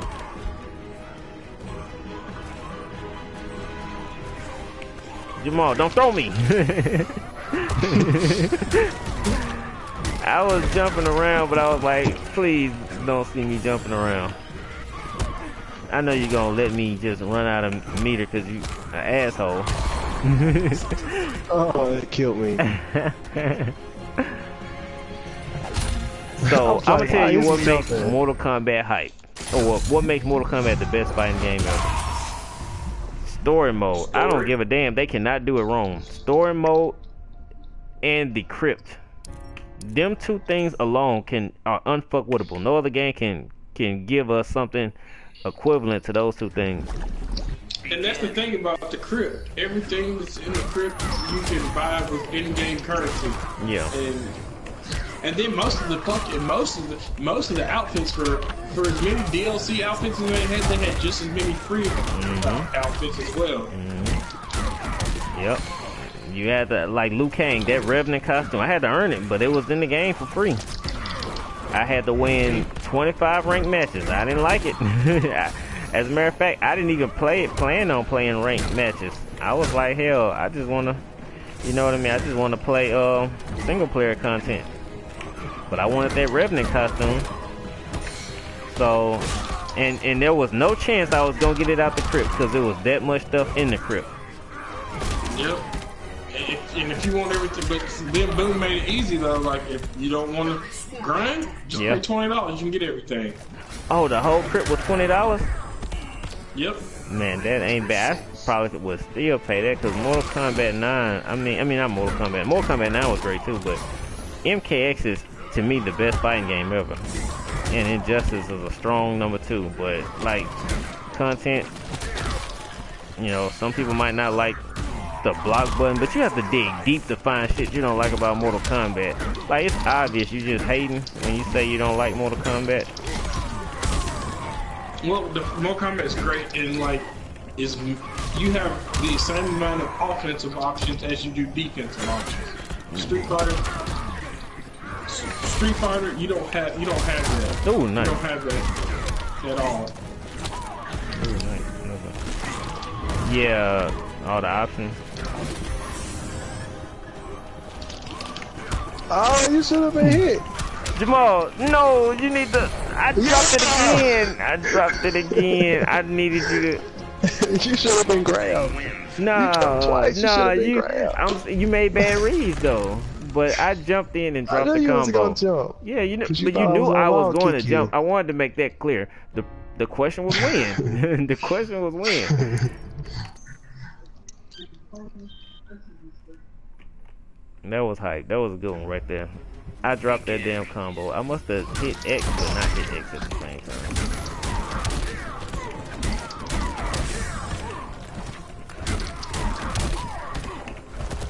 Oh, I tried to bait you, but I was too close. Yeah, still, you making me regret that I got rid of my iJ2. Somebody have to go back and get it. You did what to it? Sold it. Why? Are you crazy? Have you gone mad? Just keep it, even if you don't play it. Mortal Kombat is still on my PlayStation. I ain't put it in months, but you know what? Yeah, when the next game come along, I delete Destiny. It ain't on my PlayStation too. I'm sorry, y'all. I buy a new hard drive if it gets so bad that Mortal Kombat is up for getting deleted. Cause it need to be there. It need to be there just in case. I kept Shippuden up there just in case too. Just in case somebody be like, you remember when Obito did such and such? And I'll be like, I don't remember, but I'm about to find out. It's just certain games I just can't delete. But man, Injustice is gonna release a Ultimate Edition or Legendary Edition. Yep, that's why you know MK11 is about to pop out. So that's how NetherRealm works. Whenever they come out with an Ultimate Edition, yeah, they're basically saying, yep, we're done with this game now. Yeah, and I'm glad. Look, it's a good game. They through making content. I don't want them to make any more content. I think it's time to let the game. How can you top Ninja Turtles? Huh? I said, of course. How can you top Ninja Turtles? Yeah, that's what I'm saying. Yeah, exactly. That's exactly what I'm saying. And Mortal Kombat was the same way. I didn't want them to add nothing else. I felt like you already done perfect. Leave it alone. You know, I mean, I'll give you more of my money if you want more of my money, but you know, I'm saying you. Don't save everybody else you want to add. Just save them. I'll gladly take them in the next game. Yes, I landed a combo. But I can guarantee you one thing: MK11 DLC, you will see Spawn.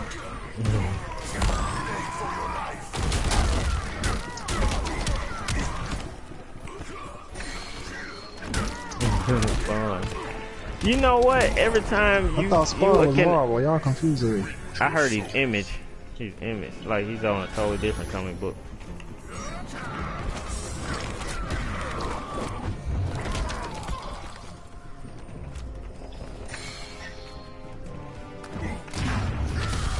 You saw Image. Yeah, everything. Yeah. The only thing is, anytime you expect somebody to be on the game, boom, it's like, nope. They give you the opposite. Because they was begging for Beast Boy the whole way through Injustice.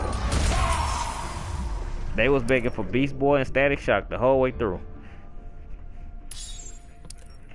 Which means they're going to be in 3. Yeah, that's what it means. They already know what you want. And I agree with that. Because somebody like Beast Boy and Static Shock, I would love to see them in the actual storyline. I would have liked to see Starfire in the storyline. I was kind of upset that she was DLC instead of just saving her for Injustice 3.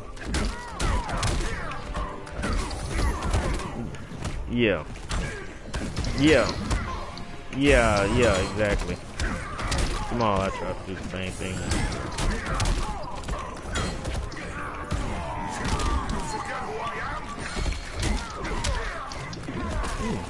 But see, that's what makes Boom different from everybody else. Yeah. He likes it. He enjoys it when people complain. Yeah. Because then he goes and he breaks them. He makes them hungry. Yeah. Oh, you don't like that I put Scorpion in Injustice? Fine, I'm gonna make this nigga the strongest motherfucker for like 2 months. Sit on this shit. Raiden had the best. Well, it's Injustice. I mean, it's NRS. All the supers were tight to me. But raiding with that damn Mortal Kombat symbol was a slap in all the people's face that said Mortal Kombat characters do not belong in this game. He just slapped them all in the face and said, "This is my game." That was Boon's way of saying. That was Boon's way of saying, "Yeah, I live in the suburbs, but nigga, I still throw gang signs. I'm still about that life. MK's my life." Yeah.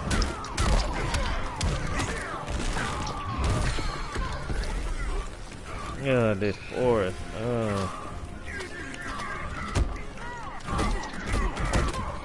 Yeah. I think people have learned to do what we call shut the fuck up when you really make the game. Yeah. Good shit. I didn't have no choice. Good shit. Tell me. Jamal, come on, bro.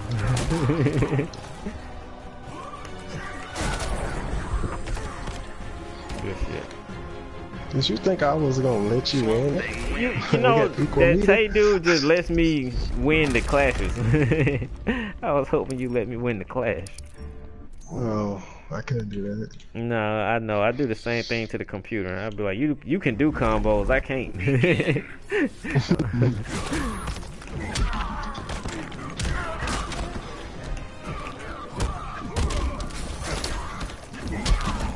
Oh my god. That's incredibly too long.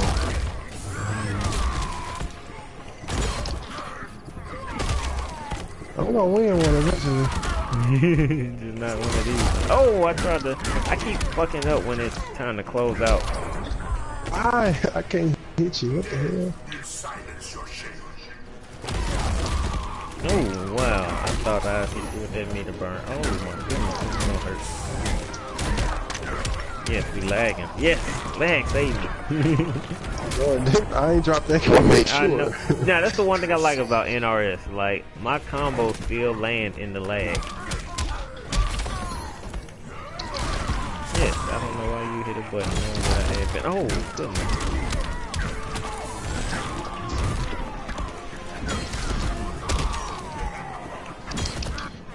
Oh, that's supposed to be my tree.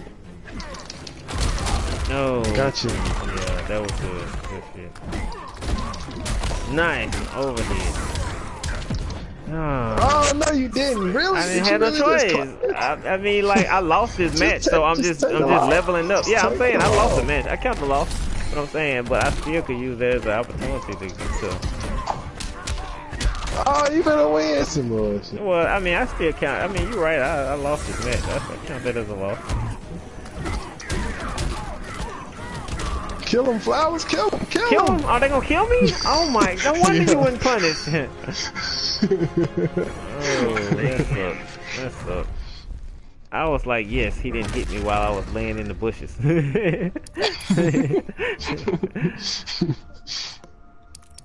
I let my Flowers take you out. Yeah. Alright, man, I gotta get off. Hey, when next time I come down, I'll let you log on and look on the account. Yeah. Man, we got to talk about the investing stuff, because it's a couple of websites that I use, like it's market cap websites where it does the same thing as what you're talking about, where it shows, like, if you look up a certain company, it'll show that company all their balance sheet statement information, and then on top of that, I got other websites where you can see their biggest competitors and how they're doing. And it's just a whole bunch of information you can compare, and then like investment terms like in the money, out of the money, like Bollinger Band, like all the kind of stuff that you need to know to invest, like if you're gonna really be watching it, and actually how to follow the trends on the chart. Like, I've been studying all that. So if you want to come and talk about stocks, man, I could show you everything I learned. I've been taking notes and everything. I put it up on the screen. But and we could talk about what you're talking about. But I mean, I'm looking into all of it. I'm not gonna just not. I mean, I'm not gonna just ignore any segment of it. But I do believe cryptocurrency could actually make you rich, and I want to quit working. I want to quit working. Yeah. I'm finna go to sleep, man. I gotta be at work at 5. But yeah, we gonna talk about it more tomorrow, though. All right, bro. All right. Baby.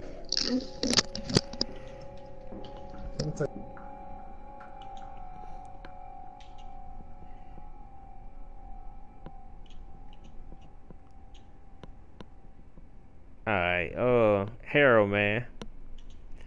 You know, with Street Fighter doing so terrible, I saw a post from Ed Boon saying, you know, whenever Capcom is ready, we can do a Mortal Kombat versus Capcom. Yeah, I saw. Yeah, yes. yeah, he threw him some shade. Yeah, on Twitch. I mean on Twitter. He got them good. Whenever y'all ready.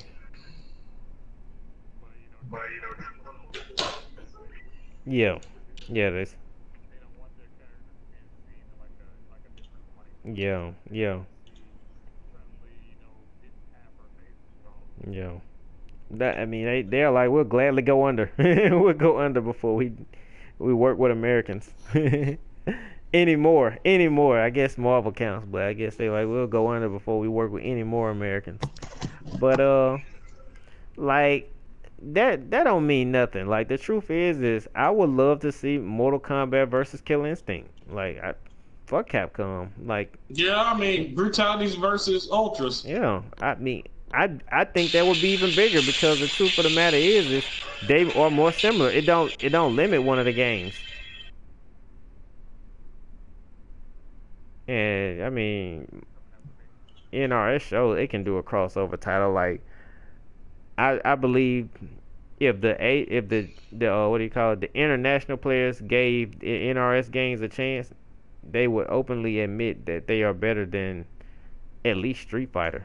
I mean, I can't say for Blaze Blue and all the other anime games, but or Tekken because it's so different. I really wouldn't even try to compare it to Tekken, but like the 2D fighters, Mortal Kombat is better. It's like what Harold said. You got more options in Mortal Kombat. And then on top of that, when you in a fight, what make Mortal Kombat so nice or so ballin' is the environment is interactable. Like, yeah, it's Injustice is like superheroes really fighting. They will throw a car at you. You will go through the stage. And going through the stage is a Mortal Kombat thing. They gave it to Injustice, but like, you know, it's a stage on Injustice where they sitting at the bar and you could like throw everybody at the bar at your opponent. Like, that's sick. So, man, I mean, to me, it's just the most well thought out fighting game. You can steal stuff from it, but you're not gonna do it good. Like that story mode from Street Fighter 5, that was terrible. They should have left that alone.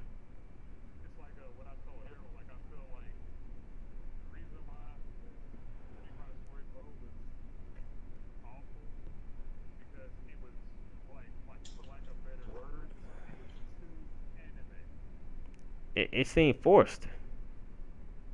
It's like you could tell, it's like they didn't want to do it. Like, cause Harold showed me some of the manga that Street Fighter, and to do manga that good, and then to do a story mode that poor, it's like you didn't want to do this.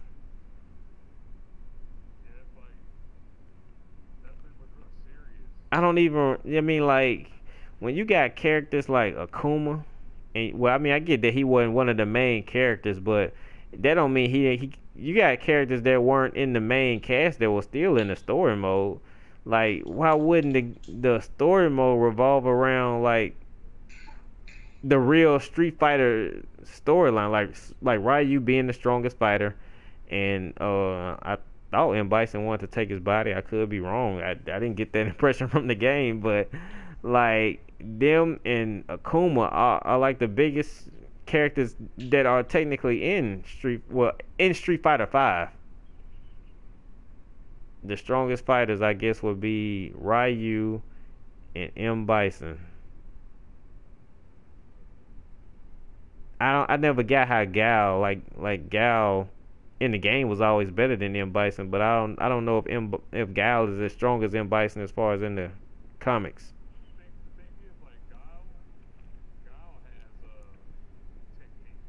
Mm-hmm.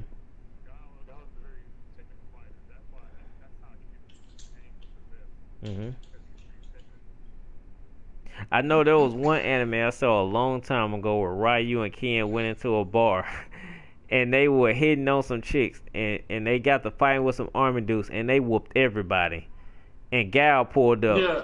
And Gal, Yeah, I think Gal was already drunk. Was that like Street Fighter V or something? Yeah, Street Fighter V. That's like the second episode. Yeah, Gal pulled up drunk, and Gal went up in there. He was like, "Who beat up everybody?"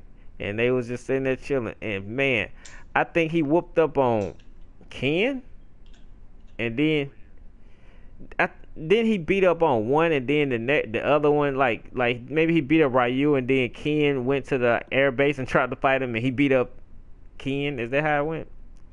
Like he beat up one in the bar, and they was like they don't fight together, so it's like I'm out of respect for you, I'm not gonna help. So he beat up one in the bar, and then the other one went to the air base and got beat up. Like, I thought that was so sick.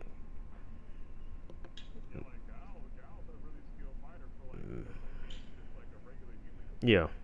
Yeah.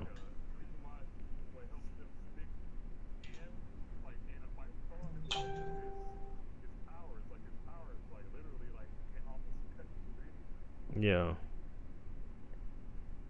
I remember the Street Fighter like cartoons on USA growing up, and I think they threw like a Hadouken and it blew up a wall, and I was like, wait, I thought those just knock you down.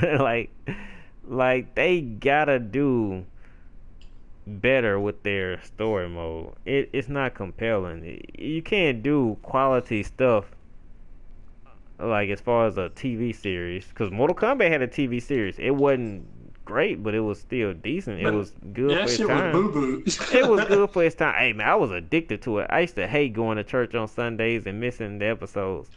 But, at the very least, it was on par with the game. Meaning the game story mode, when you beat Mortal Kombat and you like watch the little arcade, or you like read the little arcade mode stuff for each character when you win, it was at least following what would happen in the game. Where it's like in Street Fighter, the game and the anime and the movies, the anime and the movies are on par, but the game don't really match it. Until this last one, at least this last one tried to match it, but all the other ones, Larry, tell him he needs to watch Mortal Kombat Conquest. I never could like it. I couldn't stand it. Who is Zero? Cause that's not Sub-Zero, right? No, you're talking about Zero. Oh, I thought they were saying you just cutting it short. So who is that? Is he? I mean, he's not in the game, but I mean, is he like a main? Is he a protagonist? Is he like the main good guy?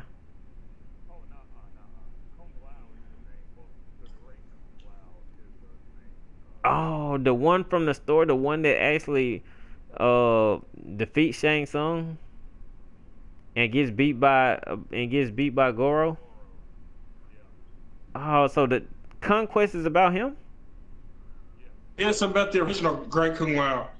Alright, I might have to watch it. I think you sold me on that alone. The reason I didn't like it, because I wasn't even sure it was about the actual Mortal Kombat series. Because I remember it used to come on at the wrestling, and I was like, I can't relate this to the damn game, so I wasn't sure if it was. You know what, Stelio? It's Prelude, Stelio, I've got the entire series on my phone. You got the whole series on your phone? How many episodes is it? 21. No, 22. Let me see if this on my Fire Stick. Hold on. No, it ain't. You ain't gonna find that bitch on your Fire Stick. I promise you. let me be sure though. You know what made it so badass? There were so many celebrities in that show. Really? And so, yeah, a bunch of Playboy playmates too. Yeah. Man, I just couldn't tell if that was even related to the show. Like, what characters from the game are in it? Scorpion, Sub-Zero. Okay. Let's see, Scorpion, Sub-Zero, Noob Saibot, Reptile, Shao Kahn. Nuh-uh. Mm-hmm. All right. Well, yeah. The guy that play. I'm sold. Yeah, the guy that played the guy that plays Raiden also plays Shao Kahn. I'm telling you, that is the coolest Shao Kahn you will ever fucking meet. The two coolest characters in the show is Shao Kahn and Quan Chi. So who is Zero? Like, I mean, I thought he was the main character. Who the hell is Zero? He was. You're gonna have to watch the show. He was a bodyguard. You just got to watch the show, man. Trust me. Trust me. If you love MK, you're gonna fall in love with the show. Guaranteed. Yo, I think I needed an explanation on what it was. To hear that it was a prelude make more sense than, like, I'm sitting here trying to figure out if this show is even related.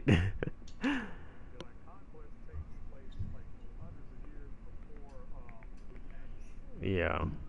Yeah. Hey, look, hey, Harold, me and you got to talking about who was the strongest in Mortal Kombat, and I was like, just going on Liu Kang's win-loss record. He's the strongest.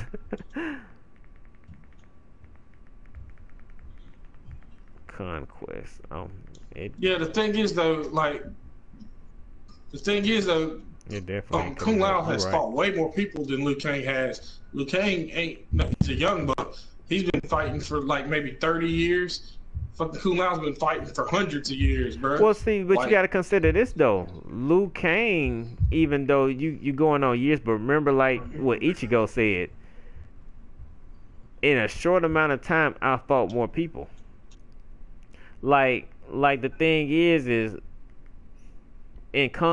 the Great Kung Lao's time, the tournaments were held every so few years or 10 years or something. But when Liu Kang won and ruined it, they tried to invade, so he was constantly fighting. But you gotta understand though, Kung Lao had been because and then on top of this, isn't he fighting stronger people? Like, cause Shang Tsung was like who he fought until he lost to Goro. Hold on, this is the thing though. You need 10 consecutive wins to invade. Yeah. So Great Kung Lao has been holding down all those years. He broke it. Holding down all that time, and then you know what I'm saying. Once they got rid of him and killed him, they were knocking him out the park. When Liu Kang won, he won on the 9th time. Mm-hmm. So there was it going to be a 10th time because he won. So that means, you know what that means? That means that Shao Kahn's got to start from scratch. Yeah. You got to make them biscuits from scratch all fucking over again. And he said, "Fuck that. I'm going in." Well, that's what I'm saying. So in that same instance, Liu Kang, instead of fighting a tournament style or getting tournament style experience, he was in a war. He's like Madara. You know what I mean? He's like, I didn't fight in the tuning exams. I've been spelling conquest with a K. I'm such a clown. Yeah, so he didn't fight in the damn tuning exams. He fought in the damn Great Ninja War. I mean, Liu Kang has seen a lot in a short amount of time. I give him that. You know what? Like, from watching Naruto, I was like, man, it would be nice if Liu Kang's like you see when he walk out to his fights in Mortal Kombat X, like he's like on fire. And I was like, if they give him that as like opening gates, that should be sick. Like if he had a variation where he was just flaming, like, cause it's hard to say has Liu Kang ever been pushed to his limits. Like if he had, I don't think he's been pushed. I mean, I feel like he's been pushed to his limits, but I also feel like, you know, like Raiden knew enough that if he didn't defend himself, Liu Kang was gonna do that dude some damage. Even though Raiden's a god, he's still like, hold that little nigga, hold on now. Well, when Raiden is on Earth, he can't fight at full power though, right? No. Because he's using he's his strongest form is godly form, but yeah, he can't do that on Earth, right? No. Well, what about in NetherRealm? Like, is can he use his power? NetherRealm, he loses his power. Damn. So really everywhere. I mean, Outworld. Yeah, my bad. Outworld. Yeah. Oh, I don't know why I said NetherRealm.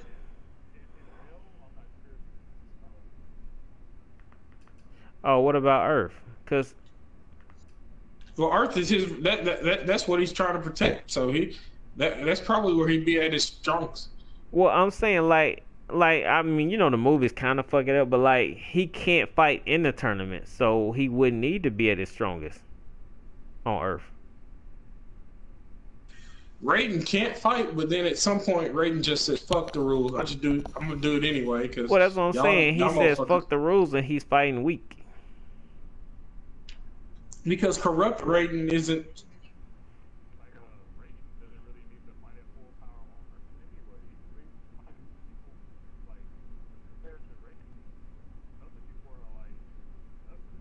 Well, I'm saying when he gets to those top tier people like Shao Kahn, and I mean, if you're gonna consider Liu Kang being a bad guy, he needs to be at full power because they at full power. But I'm saying, like you know. Yeah, well, he always holds back, man. He's like, man, I feel like, what I'm saying, you fucking up, but yeah. Well, I'm saying that didn't work on Shao Kahn, but you got Liu Kang beat up Shao Kahn. I thought it was more like a cheap hit. Like I don't have on my lightning armor. You know what I mean? Like he hit me, and I'm like I got my guard down. It's kind of like what Harold was talking about. The reason Liu Kang beat Sub-Zero is like I didn't expect you to hit me, or well, it's different from that because obviously they were in a fight, but like Liu Kang is like this is an ally. We may be arguing, but we not about to fight, are we? And then he gets fried.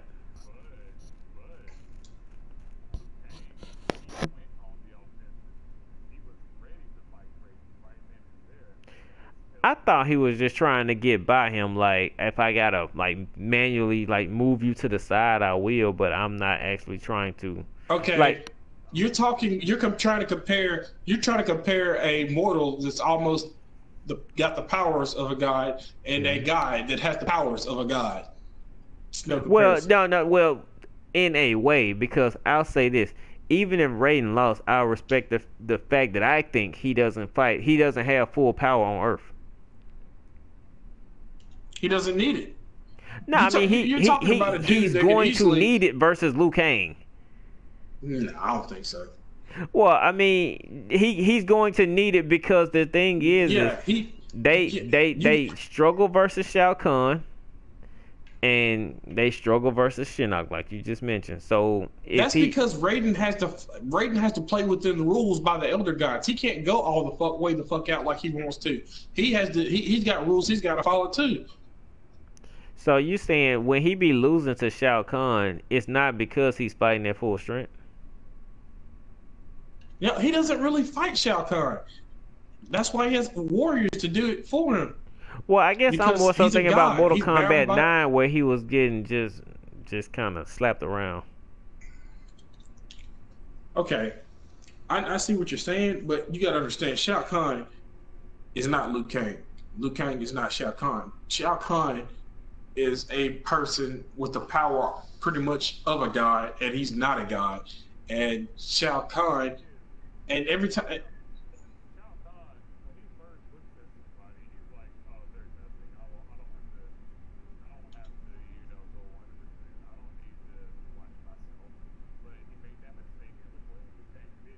Well, no, you can't do that because he's lost to Liu Kang at least 2 times.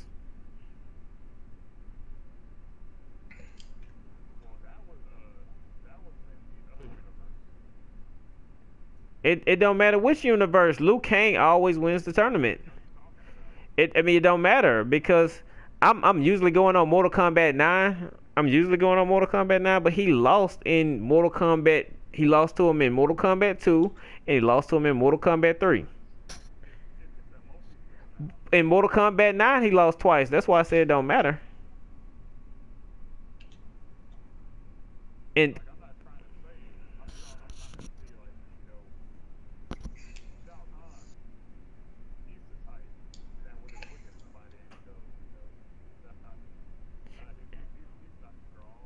well, it's 2 people that's on his level, right? Kung Lao and Liu Kang.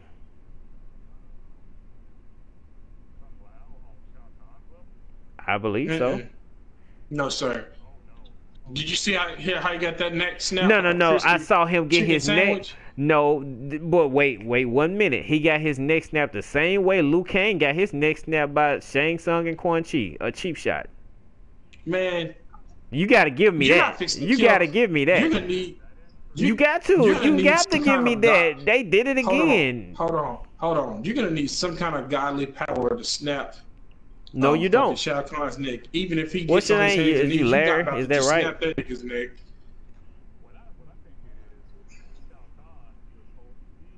He snuck up on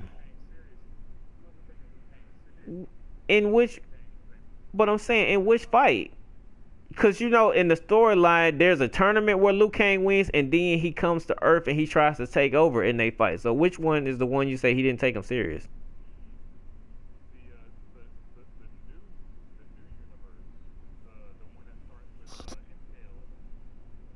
The one that starts with M. Okay, gotcha. I gotcha. Yeah, okay. So you saying in that one where he loses and was basically the reenactment of Mortal Kombat 2, that one he didn't take him serious.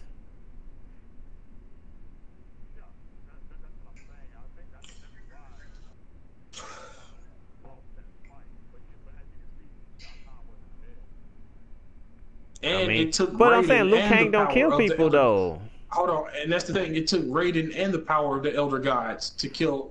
But I'm saying that's the same person that Liu Kang beat him in Mortal Kombat 2. Yeah.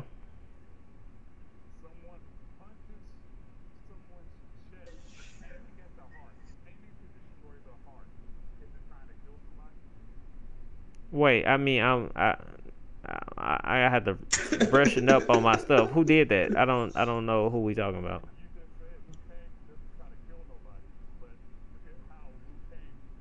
Who? Oh, what? No, I'm saying. Oh, okay. You saying in Mortal Kombat 9 when he did it? No. What I was saying is I was saying that Liu Kang doesn't kill his opponents. That's what I was saying. It was a general I'm saying he ain't finish him. Oh hell yeah, let me kill this person. I was saying that he's not like that type. Yeah. Well, that's fair enough. Or okay. So how y'all are saying that Shao Kahn didn't take him serious. If you go by the game, even though Shao Kahn laughs in the middle of fights and stuff, he ain't trying to lose. He legitimately could not get up from that. He legitimately got fucked up, and nobody. The truth is he's the strongest person in our world. So they would have. I guess it would have been anarchy if he would have died, but since he didn't die, nobody could beat him, so he stayed on top. But the truth is their strongest person, Liu Kang, brought him down. He didn't kill him. I'll definitely agree with that. But the thing is even though he got up, he wasn't about to fight Liu Kang again that day. He lost that fight. We can't give him credit of saying that, oh man, he didn't take him serious, but he literally got carried off the field. Hey y'all, I'm gonna switch PlayStations into the other room so my roommates can sleep, and I'll be back in the chat in 5 minutes. Okay. Yeah.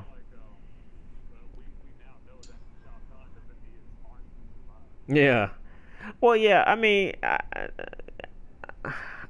I get that, we all gonna show Liu Kang the respect he deserves. Until he's legitimately beaten in a fight, he is one of the top tier Mortal Kombat fighters. But what I started with this was I said that Kung Lao is on that level because he is a descendant of the great Kung Laos. Now, is he as strong as Liu Kang? I'm assuming that he's the next strongest. It's either him or Johnny Cage, or I guess if you want to go down to Jax. And I don't think Jax and Sonya are on that same tier. Yeah, they just regular humans. So it had to go to, if anybody is on that same level with Liu Kang, it's got to be Kung Lao, right? And maybe Johnny Cage.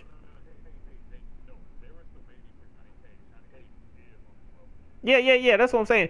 Well, I'm saying that Johnny Cage and one of the like, even though he's inconsistent, so I don't give him that much credit. Cause remember, Johnny Cage got killed in Mortal Kombat 2. They ain't died yet.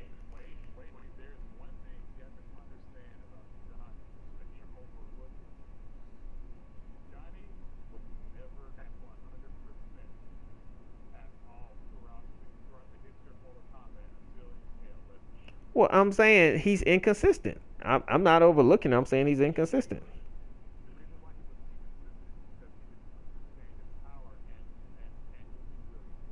I don't give you credit for not understanding your power.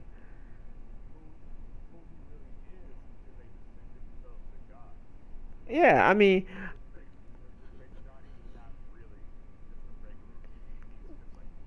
he he is, but he also died in Mortal Kombat 2.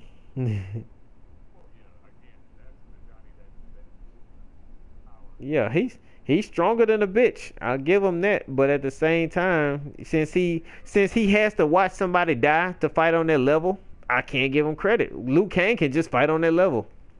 Kung Lao can just fight on that level. But Johnny Cage, somebody gotta die, and then he'll start glowing, and then he's on this.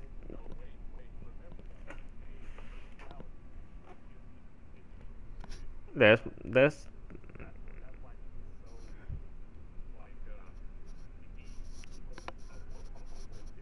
yeah. Hmm. Yeah, I remember that. Yeah. He said, "Why is he here?" Yeah. Yeah. Yeah. Yeah, definitely. Yeah. Yeah. Yeah. Yeah. Yeah. Yeah. Yeah.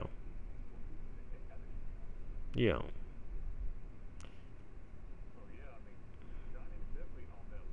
Yeah. Yeah.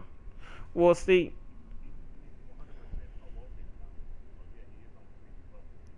well, yeah, so back to my point. So you got, I, I'm gonna say you got Liu Kang, Kung Lao, and Johnny Cage even.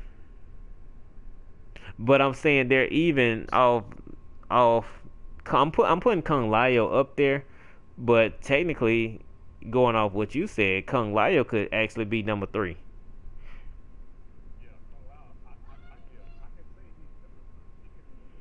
The only reason I was considering him top two is because, you know, whenever they showed the past stuff, Raiden and Kung Lao, I mean, I'm sorry, Raiden would be with Kung Lao and Liu Kang, and it's like, I get they're Shaolin monks or whatever, but it's like, are they on these missions because they just the best there is? But I get that the game is like this. Johnny Cage is so mortal. He's so into what's going on in the United States and stuff that he wouldn't be in Outworld doing all this stuff. But I just got Kung Lao up there on that same level as the great Kung Lao and the same level as Liu Kang.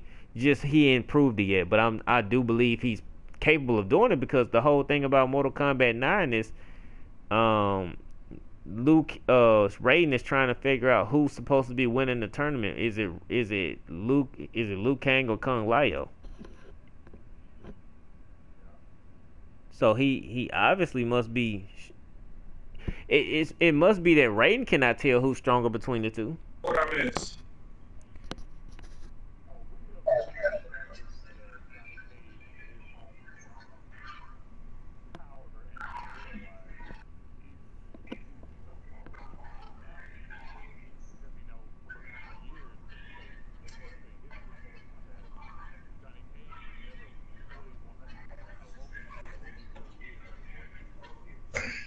Yeah.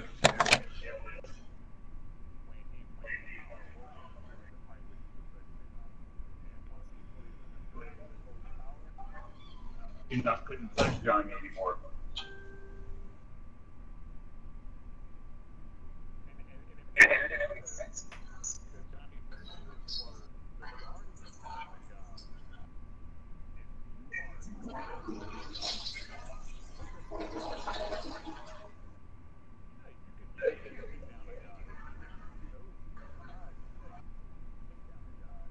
You basically he comes from the Xenosaurus guards. Unless you like Unboot Black Ops, where they guard the Hokage and still suck.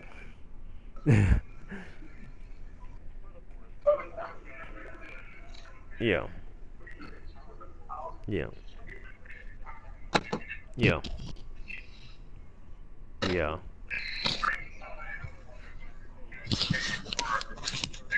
Well, let me make this interesting for both of y'all. Like, I did this to Harold, but I'm just meeting you. If they were to make Liu Kang the main bad guy in Mortal Kombat 11, which, you know, because Liu Kang went to, in his outro, he goes to NetherRealm and he takes over NetherRealm because, you know, Shinnok got decapitated. So he can't defend NetherRealm, and so Liu Kang and Katana go and they take over. Let's say he becomes the main bad guy of Mortal Kombat 11. Who do they use to fight Liu Kang? Cassie? I'd be terrified to what Liu Kang would do to a little girl.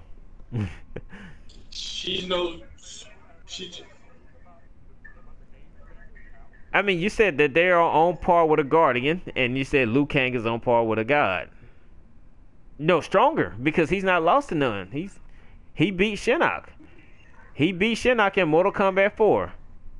And he didn't need no magical powers. He just beat him just like he beat Shao Kahn, just like he beat Goro, just like he beat Shang Tsung, just like he's going to continue to never lose.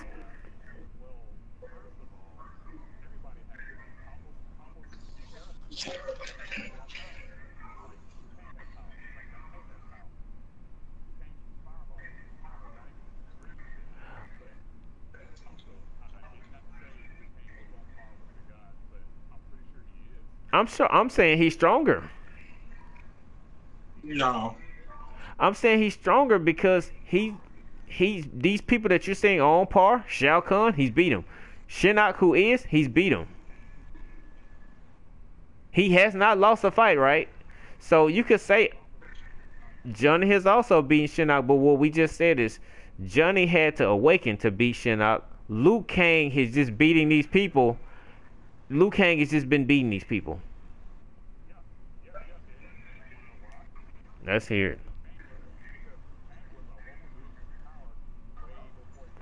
So now you're adding experience on top of it?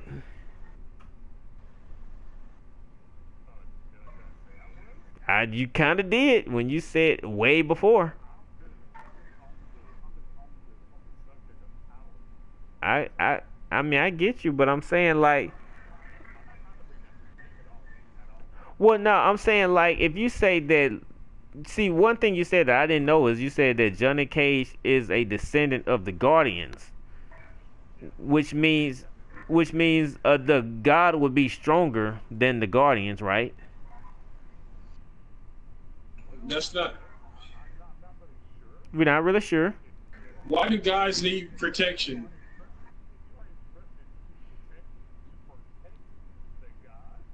Yeah. The truth is, no matter how strong somebody is, there's no point in them fighting every battle. That's stupid. In no show does anybody get to jump to the main bad guy.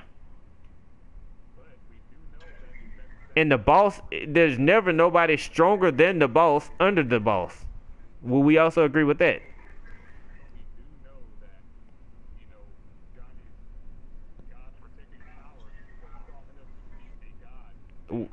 We agree.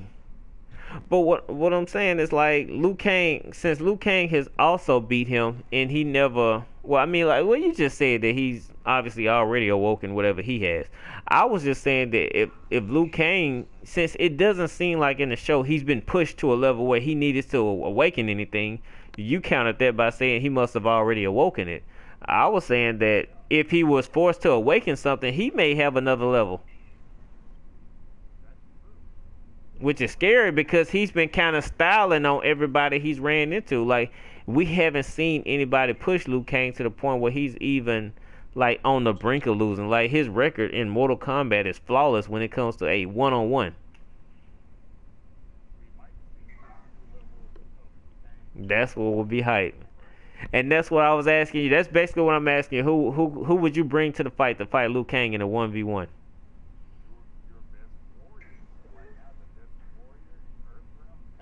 Just Cassie Cage. Okay. They both got. Shinnok was defeated by Liu Kang. Shinnok was defeated by Cassie Cage. Yeah. Okay. Yeah. I mean, yeah, that's fair enough. Man, I would not put that little girl against Liu Kang. Cassie Cage has military training.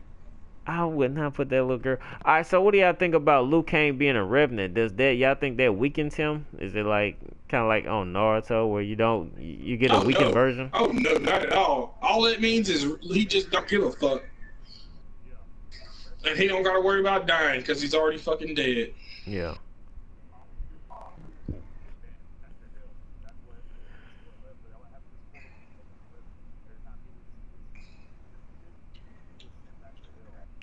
Oh, you saying all throughout history, Scorpion was always a revenant?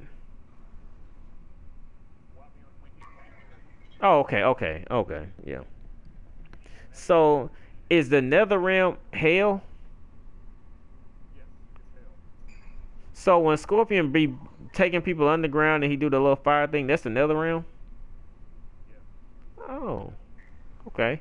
So is there any other characters from the Nether Realm? Is Scorpion the only one? Scorpion and Shinnok and Quan Chi? Yo. Quan Chi, that's where Quan Chi's from.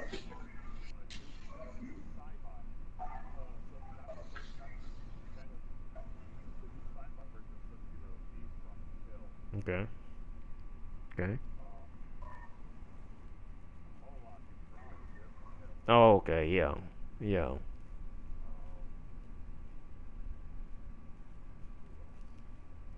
Ashra. Yep. So. Okay. So when they said Liu Kang went to the Nether Realm and took over, are they saying he fought all these people and whooped their ass too? Yeah. Yeah. Well, he just fought the strong. Oh. Okay. Okay. Cause they showed him sit on some kind of throne at the end, so it's probably no. It's just. Yeah. Yeah. Yeah. Yeah, he said. Yeah, he took over Shinnok's crib, or as they call it, Shinnok's Spire. Yeah. The place.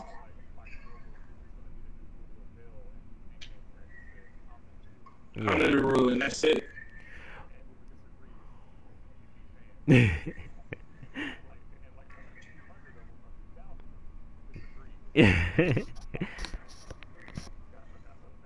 Yeah. Okay. That's hype. That's hype. I did not like Liu Kang up until Mortal Kombat X, but man, I fell in love with him in Mortal Kombat X. Yeah, because he's like, you know what?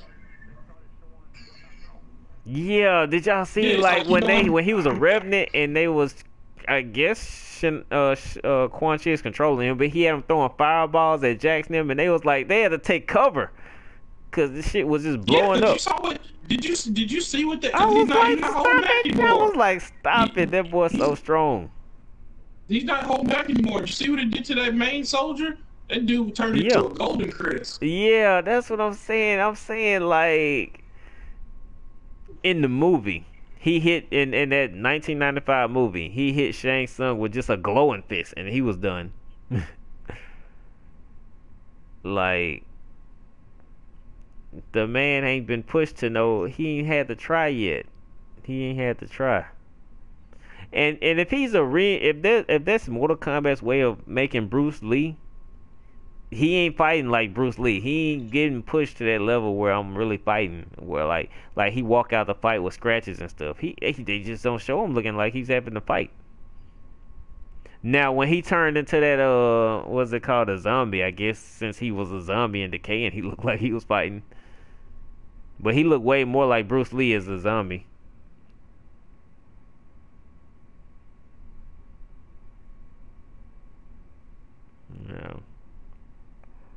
in that form, though, he didn't have no purpose other than just to kill indiscriminately. It didn't matter if you were G or E. You were in his way, you were getting hands. Now you're gonna die.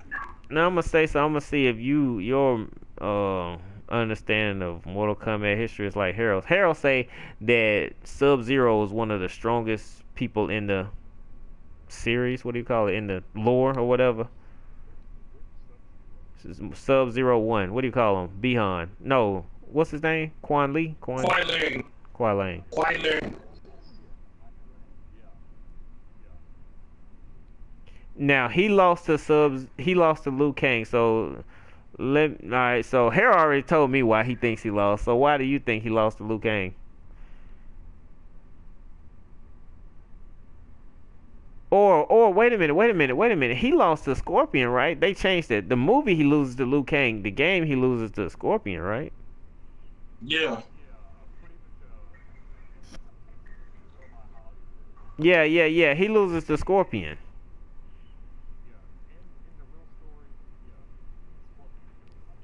Yeah. So does that make Scorpion just as strong? Oh, Scorpion's been strong. Hey, I mean, he's been strong from day one. But I get that he killed Quan Chi with ease. He killed Sub-Zero. I mean, I don't know if it was with ease, but he definitely killed him. But he's still in a tier below Liu Kang and Johnny Cage and Kung Lao, though, right? Okay, this is the thing. Or definitely on the same tier as Kung Lao, not Johnny Cage and them, right? All right, Harold, what you think? Oh yeah, this is the thing you need to understand about Scorpion. Okay. Well, okay, so every game that I would play, like in the Mortal Kombat game, you know, they don't mind giving you a bad ending. He would still lose to Shao Kahn in his own endings. This is the thing you need to understand about Scorpion. He died in every ending. He died in every game. Every game I played, Scorpion died in his own ending. Well, once he became undead, it didn't really fucking matter. You got. No, I'm saying you have to be so weak to get killed. You know what I mean? Like you don't just kill Liu Kang because nobody's strong enough to, but you can kill Scorpion because he's almost what they call it in wrestling, like a jobber. Like he just gets like he's what other people kill to look good.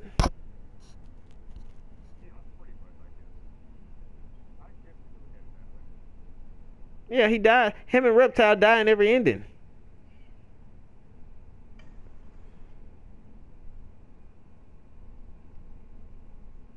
So alright, so I watched this video about, well, I keep bringing up Naruto, but anyway, for him to lose in his endings makes Sub-Zero look bad.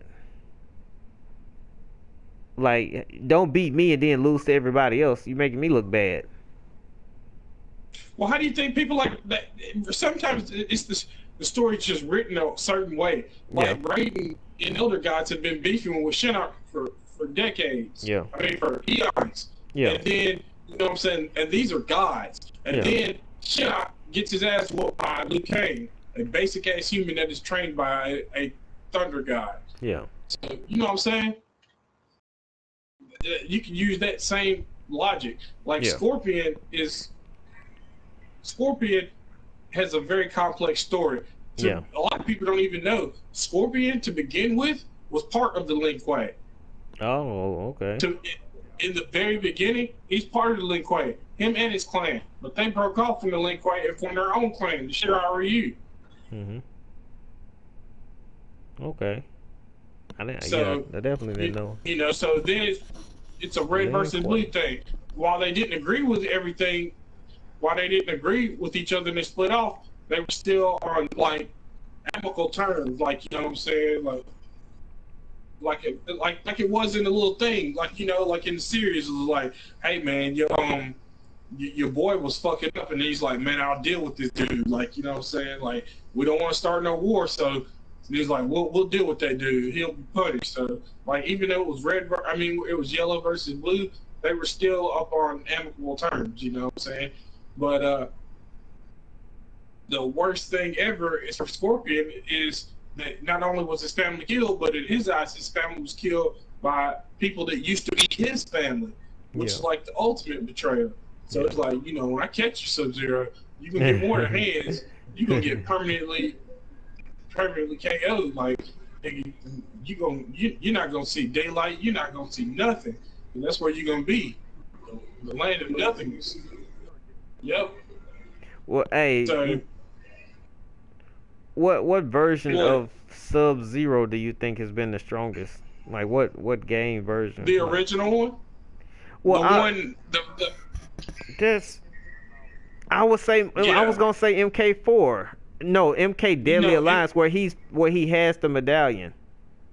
No, I think he's stronger before he even had the medallion. The original. Well, see, that's his brother. That's the brother. Yeah, that's to me, that's the strongest one. You gotta understand, the original Sub-Zero. Well, MK Mythology Sub-Zero that's the same one as was who you talking about, Kuai Liang, right? The first one.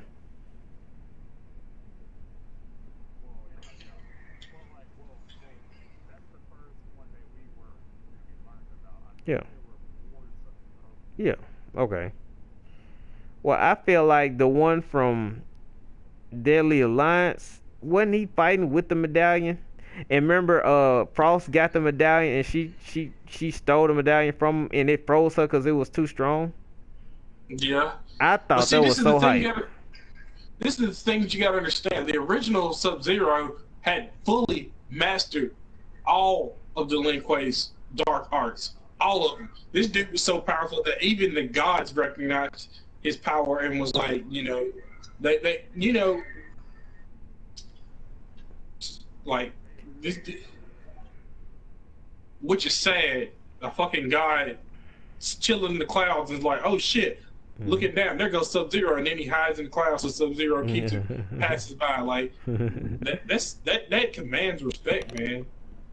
Like, this is how powerful this dude was. The Grandmaster Lin Kuei, isn't he? Is he stronger than Sub-Zero? I mean, I know they never showed, but do you think the original Sub-Zero is far superior to the Sub-Zero that you know now, in my opinion. Okay.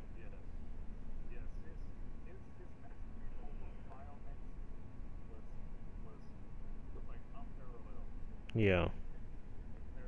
Okay, so yeah, y'all are right. Y'all are right. I was thinking, even though y'all explained it, I was thinking that in mythologies he gets the medallion for Quan Chi and Shinnok, but in Mortal Kombat Deadly Alliance he kept No, you're thinking about. But those are two different Sub-Zeros, and I keep forgetting that. Yeah, I keep forgetting that. Oh, yeah. Those are two different medallions? Yeah. Oh, okay. Okay. Okay, yeah, I was thinking that was Shinnok's medallion. Nuh-uh.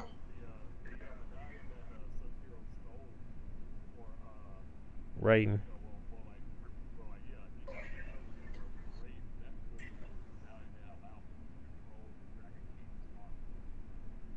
Yeah. Okay.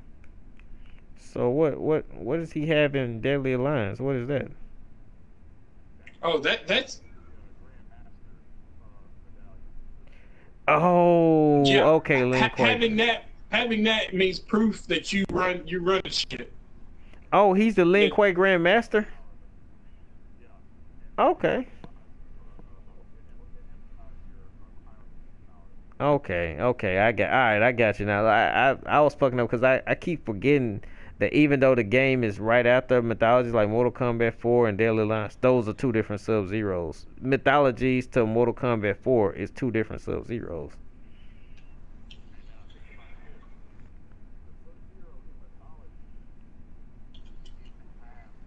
Yeah. And he had that move, Polar Blast, where everything just freezes. I thought that was so sick. Yeah, that's just him.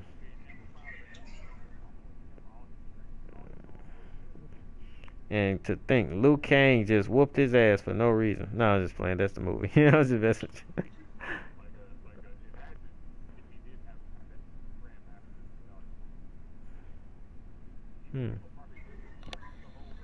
Yeah. And that's the thing, he don't even need that fucking medallion at all.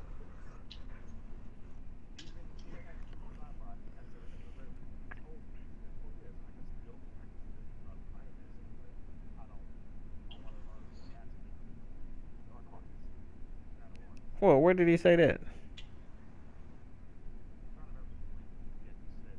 Is that in Conquest?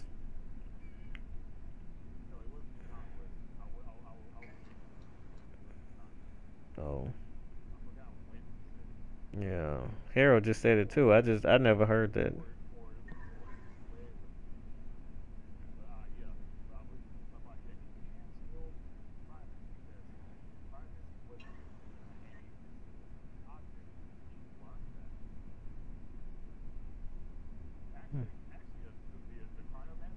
Mm-hmm.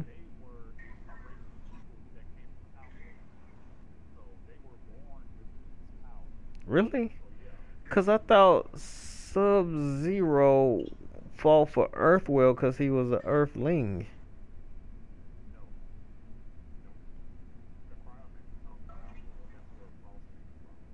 So they do not fight for Earthrealm.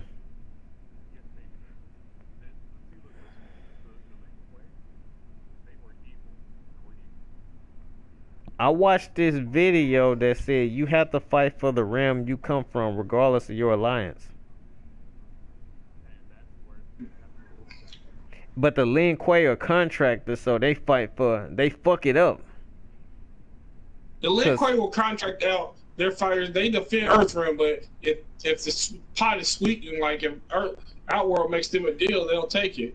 Like, they'll take it, but what I'm saying is, even though they'll fight their own, the thing is, if it comes down to them being the last ones left and they fight, I guess their only option is to back out of the tournament. Because if they end up having to fight, like let's say Shang Tsung, if they win, Outworld didn't win, Earthrealm won, because you have to fight for your realm. I guess you can eliminate your own people, but your win still counts as Earthrealm.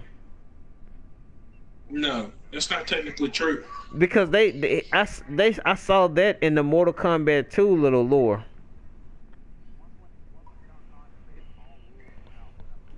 Oh. Yeah, that's true. Yeah, it won't matter because there's no tournament. There's no tournament. Yeah.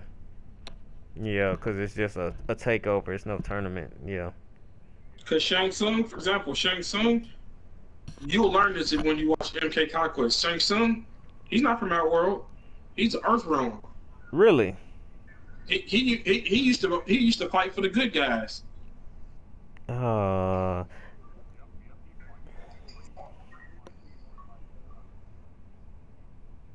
Okay. That's definitely a plot twist right there.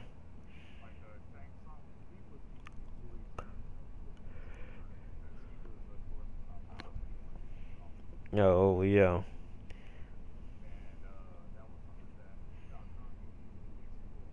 So does he like Shao Kahn? Yeah. Okay. Yeah. I mean, because Deadly Alliance, they turned their back on him. I definitely. Shang Tsung is out for Shang Tsung. Just because Shang Tsung is on your team, don't mean shit. He'll help you win the game and then kill you and take the trophy. Okay. Well, the only reason I was wondering that because I want Shao Kahn to come back, but here I was thinking that means Shang Tsung has to come back to bring him back. But if y'all are right, it ain't like Shang Tsung will want to. Check. Mm-hmm.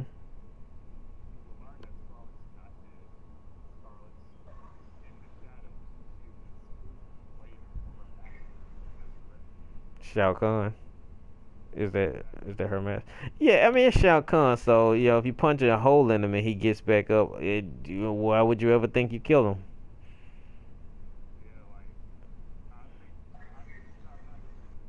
Yeah, he obviously must not die because he has the ability to, if he can transplant fucking thousands of souls in Ermac, don't you think it'd be easy for him to transport his soul into somebody else? Yeah, however it is, he's gonna come back because they in Deadly Alliance they kill him, and you know, of course, clone. They claim it was a clone, but you got Liu Kang to punch the hole in him, and then you got the whole Deadly Alliance killing him, and he's come back. So there's no way this one there's a permanent one. Yeah, Shang Tsung. Yeah. Yeah. Yeah.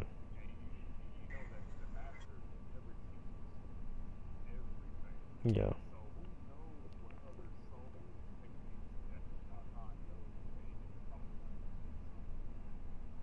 And in the show, Shao Kahn, when he was given whatchamacallit a lecture, he said he has conquered millions of realms. So there is no telling what that dude's capable of if he really wants to get it popping. Yeah. Well, let me ask y'all this: Quan Chi died because Scorpion killed him. You think he's coming back? You don't.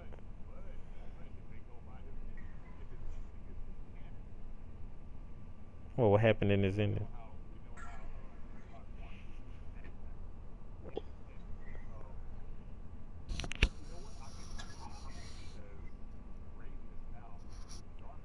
Mm-hmm.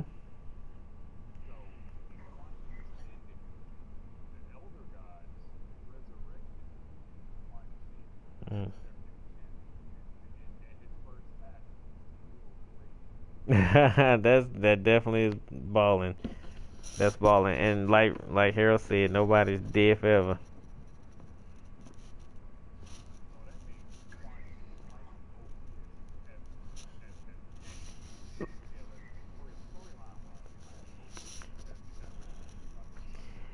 You know, y'all, that would make for a really good game to where like you're so used to the bad guys being on one side and the good guys being the other team, and for it to just swap. Like you rooting for Quan Chi and you're rooting for Shinnok. Well, not Shinnok, but you know, rooting for Quan Chi. And I've always counted Scorpion as You kind rooting of a for bad guy. that you fucking hate now. But Like, yeah, like yeah. the good guy is now corrupt, and so now you're rooting for somebody to stop him because he's so corrupted. Like that would make for a really crazy fighting game, and that is not past Mortal Kombat. They will do that shit. Yeah, exactly. Yeah.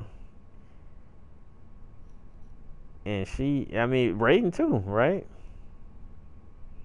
Raiden's not evil. Raiden just don't give a fuck anymore. Corrupted counts to me. They gave him red eyes for a reason.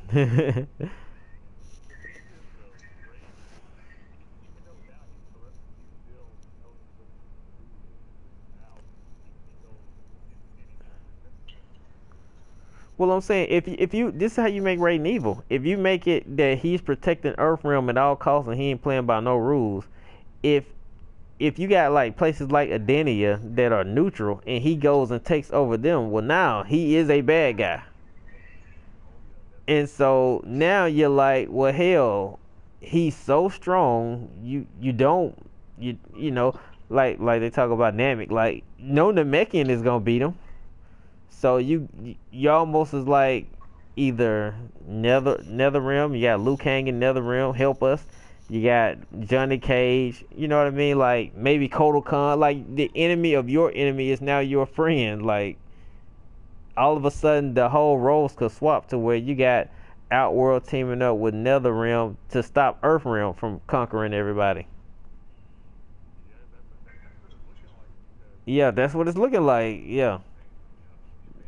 And wouldn't that be crazy? Liu Kang is now a good guy again as a NetherRealm representative. That shit would be sick.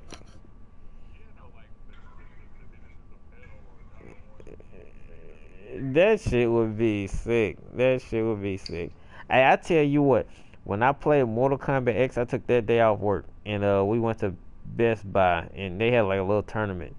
And we came home. Man, we were up that whole damn day playing MKX, and when I beat it again because the story was that tight to me.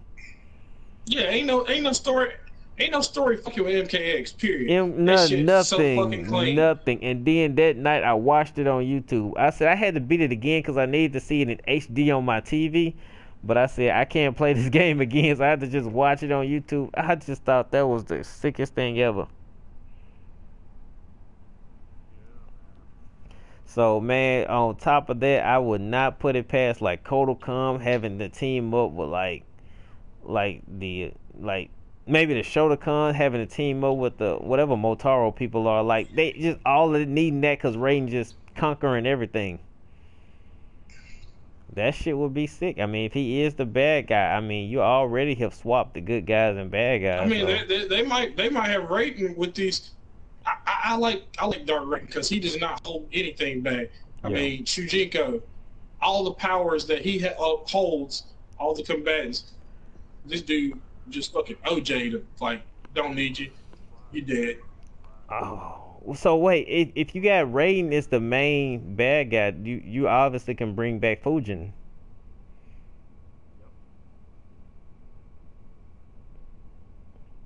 And he could be like, well, I mean, I guess not to protect the Earth Realm, but he could be like the.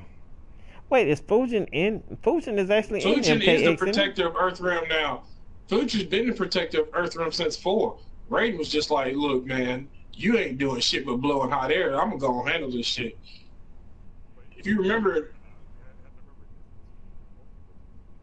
true.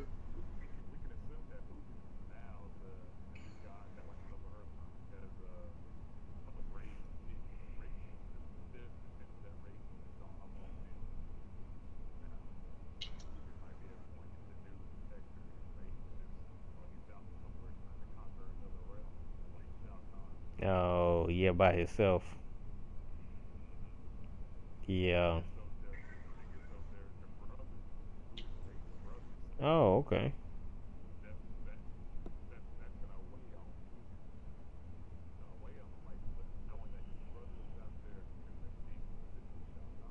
Yeah.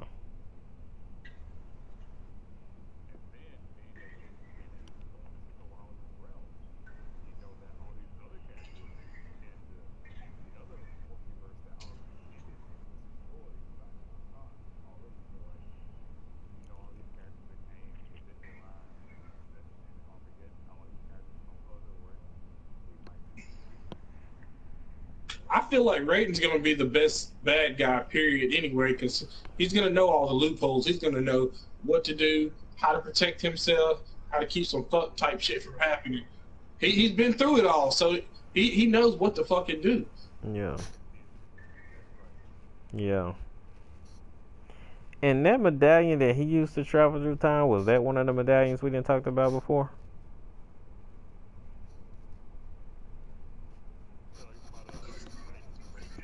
Yeah.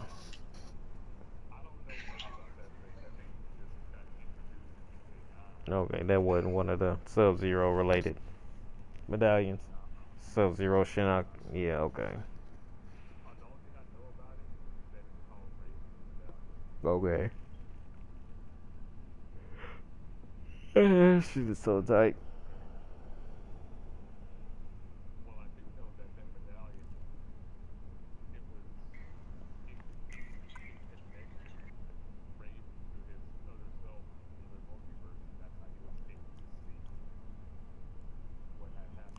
Yeah.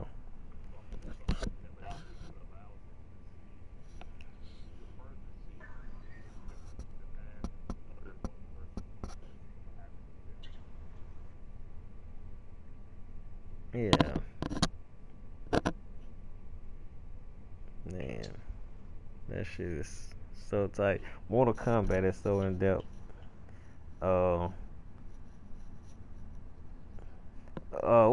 So like the variations, I want that to come back. Yeah, me too. I've seen videos where they don't want it back, and I just cannot make sense of that. I can't make sense of wanting less options. Like, yeah, man, let's get rid of. And the argument was that they didn't want to learn these different variations. They didn't like the okay, so Triborg, for example, where he has basically the same movesets, but he has different special moves because you got Cyrax Sector, Smoke, and Cyber Sub-Zero. All the same buttons, but different specials. They like that. They don't like, let's say, Liu Kang, Duelist, Flame Fist, and then Dragonfire. Liu Kang is my example because he's the only person I play with. But Raiden. So he got Displacer, he got Thunder God, and Master of Storms or something. Like where he just plays totally different in each version. They don't like that. Where you have to learn a totally different version. That makes no sense. That they don't like that. But I like go through the comments and like there were just people who legitimately don't like those options. All right. Let me get my phone. I'm sure it's still charging. Hold on.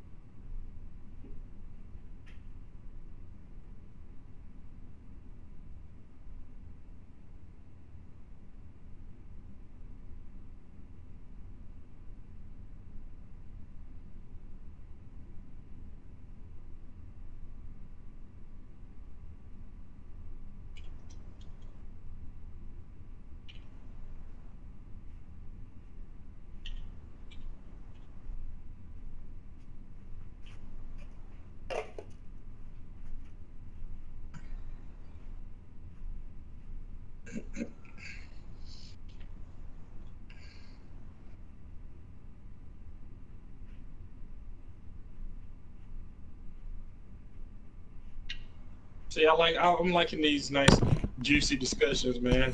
Everybody's getting that good knowledge. I'm back.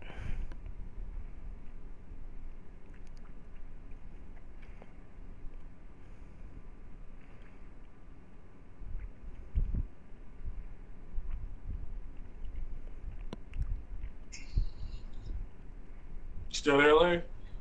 Yeah, I'm back. Well, I'm gonna be honest. I don't want them to change nothing about MKX. They basically can repackage that game like Call of Duty has done for years and give us MK11, different characters, new story mode. I'd be happy. Same like fighting engine, the run, keep the run, block button, keep it, the variations, keep it. I mean, repackage the game. I'd be good.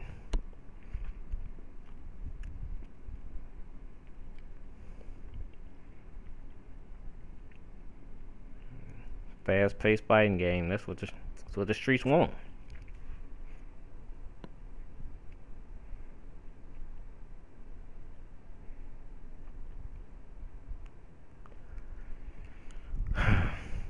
Man.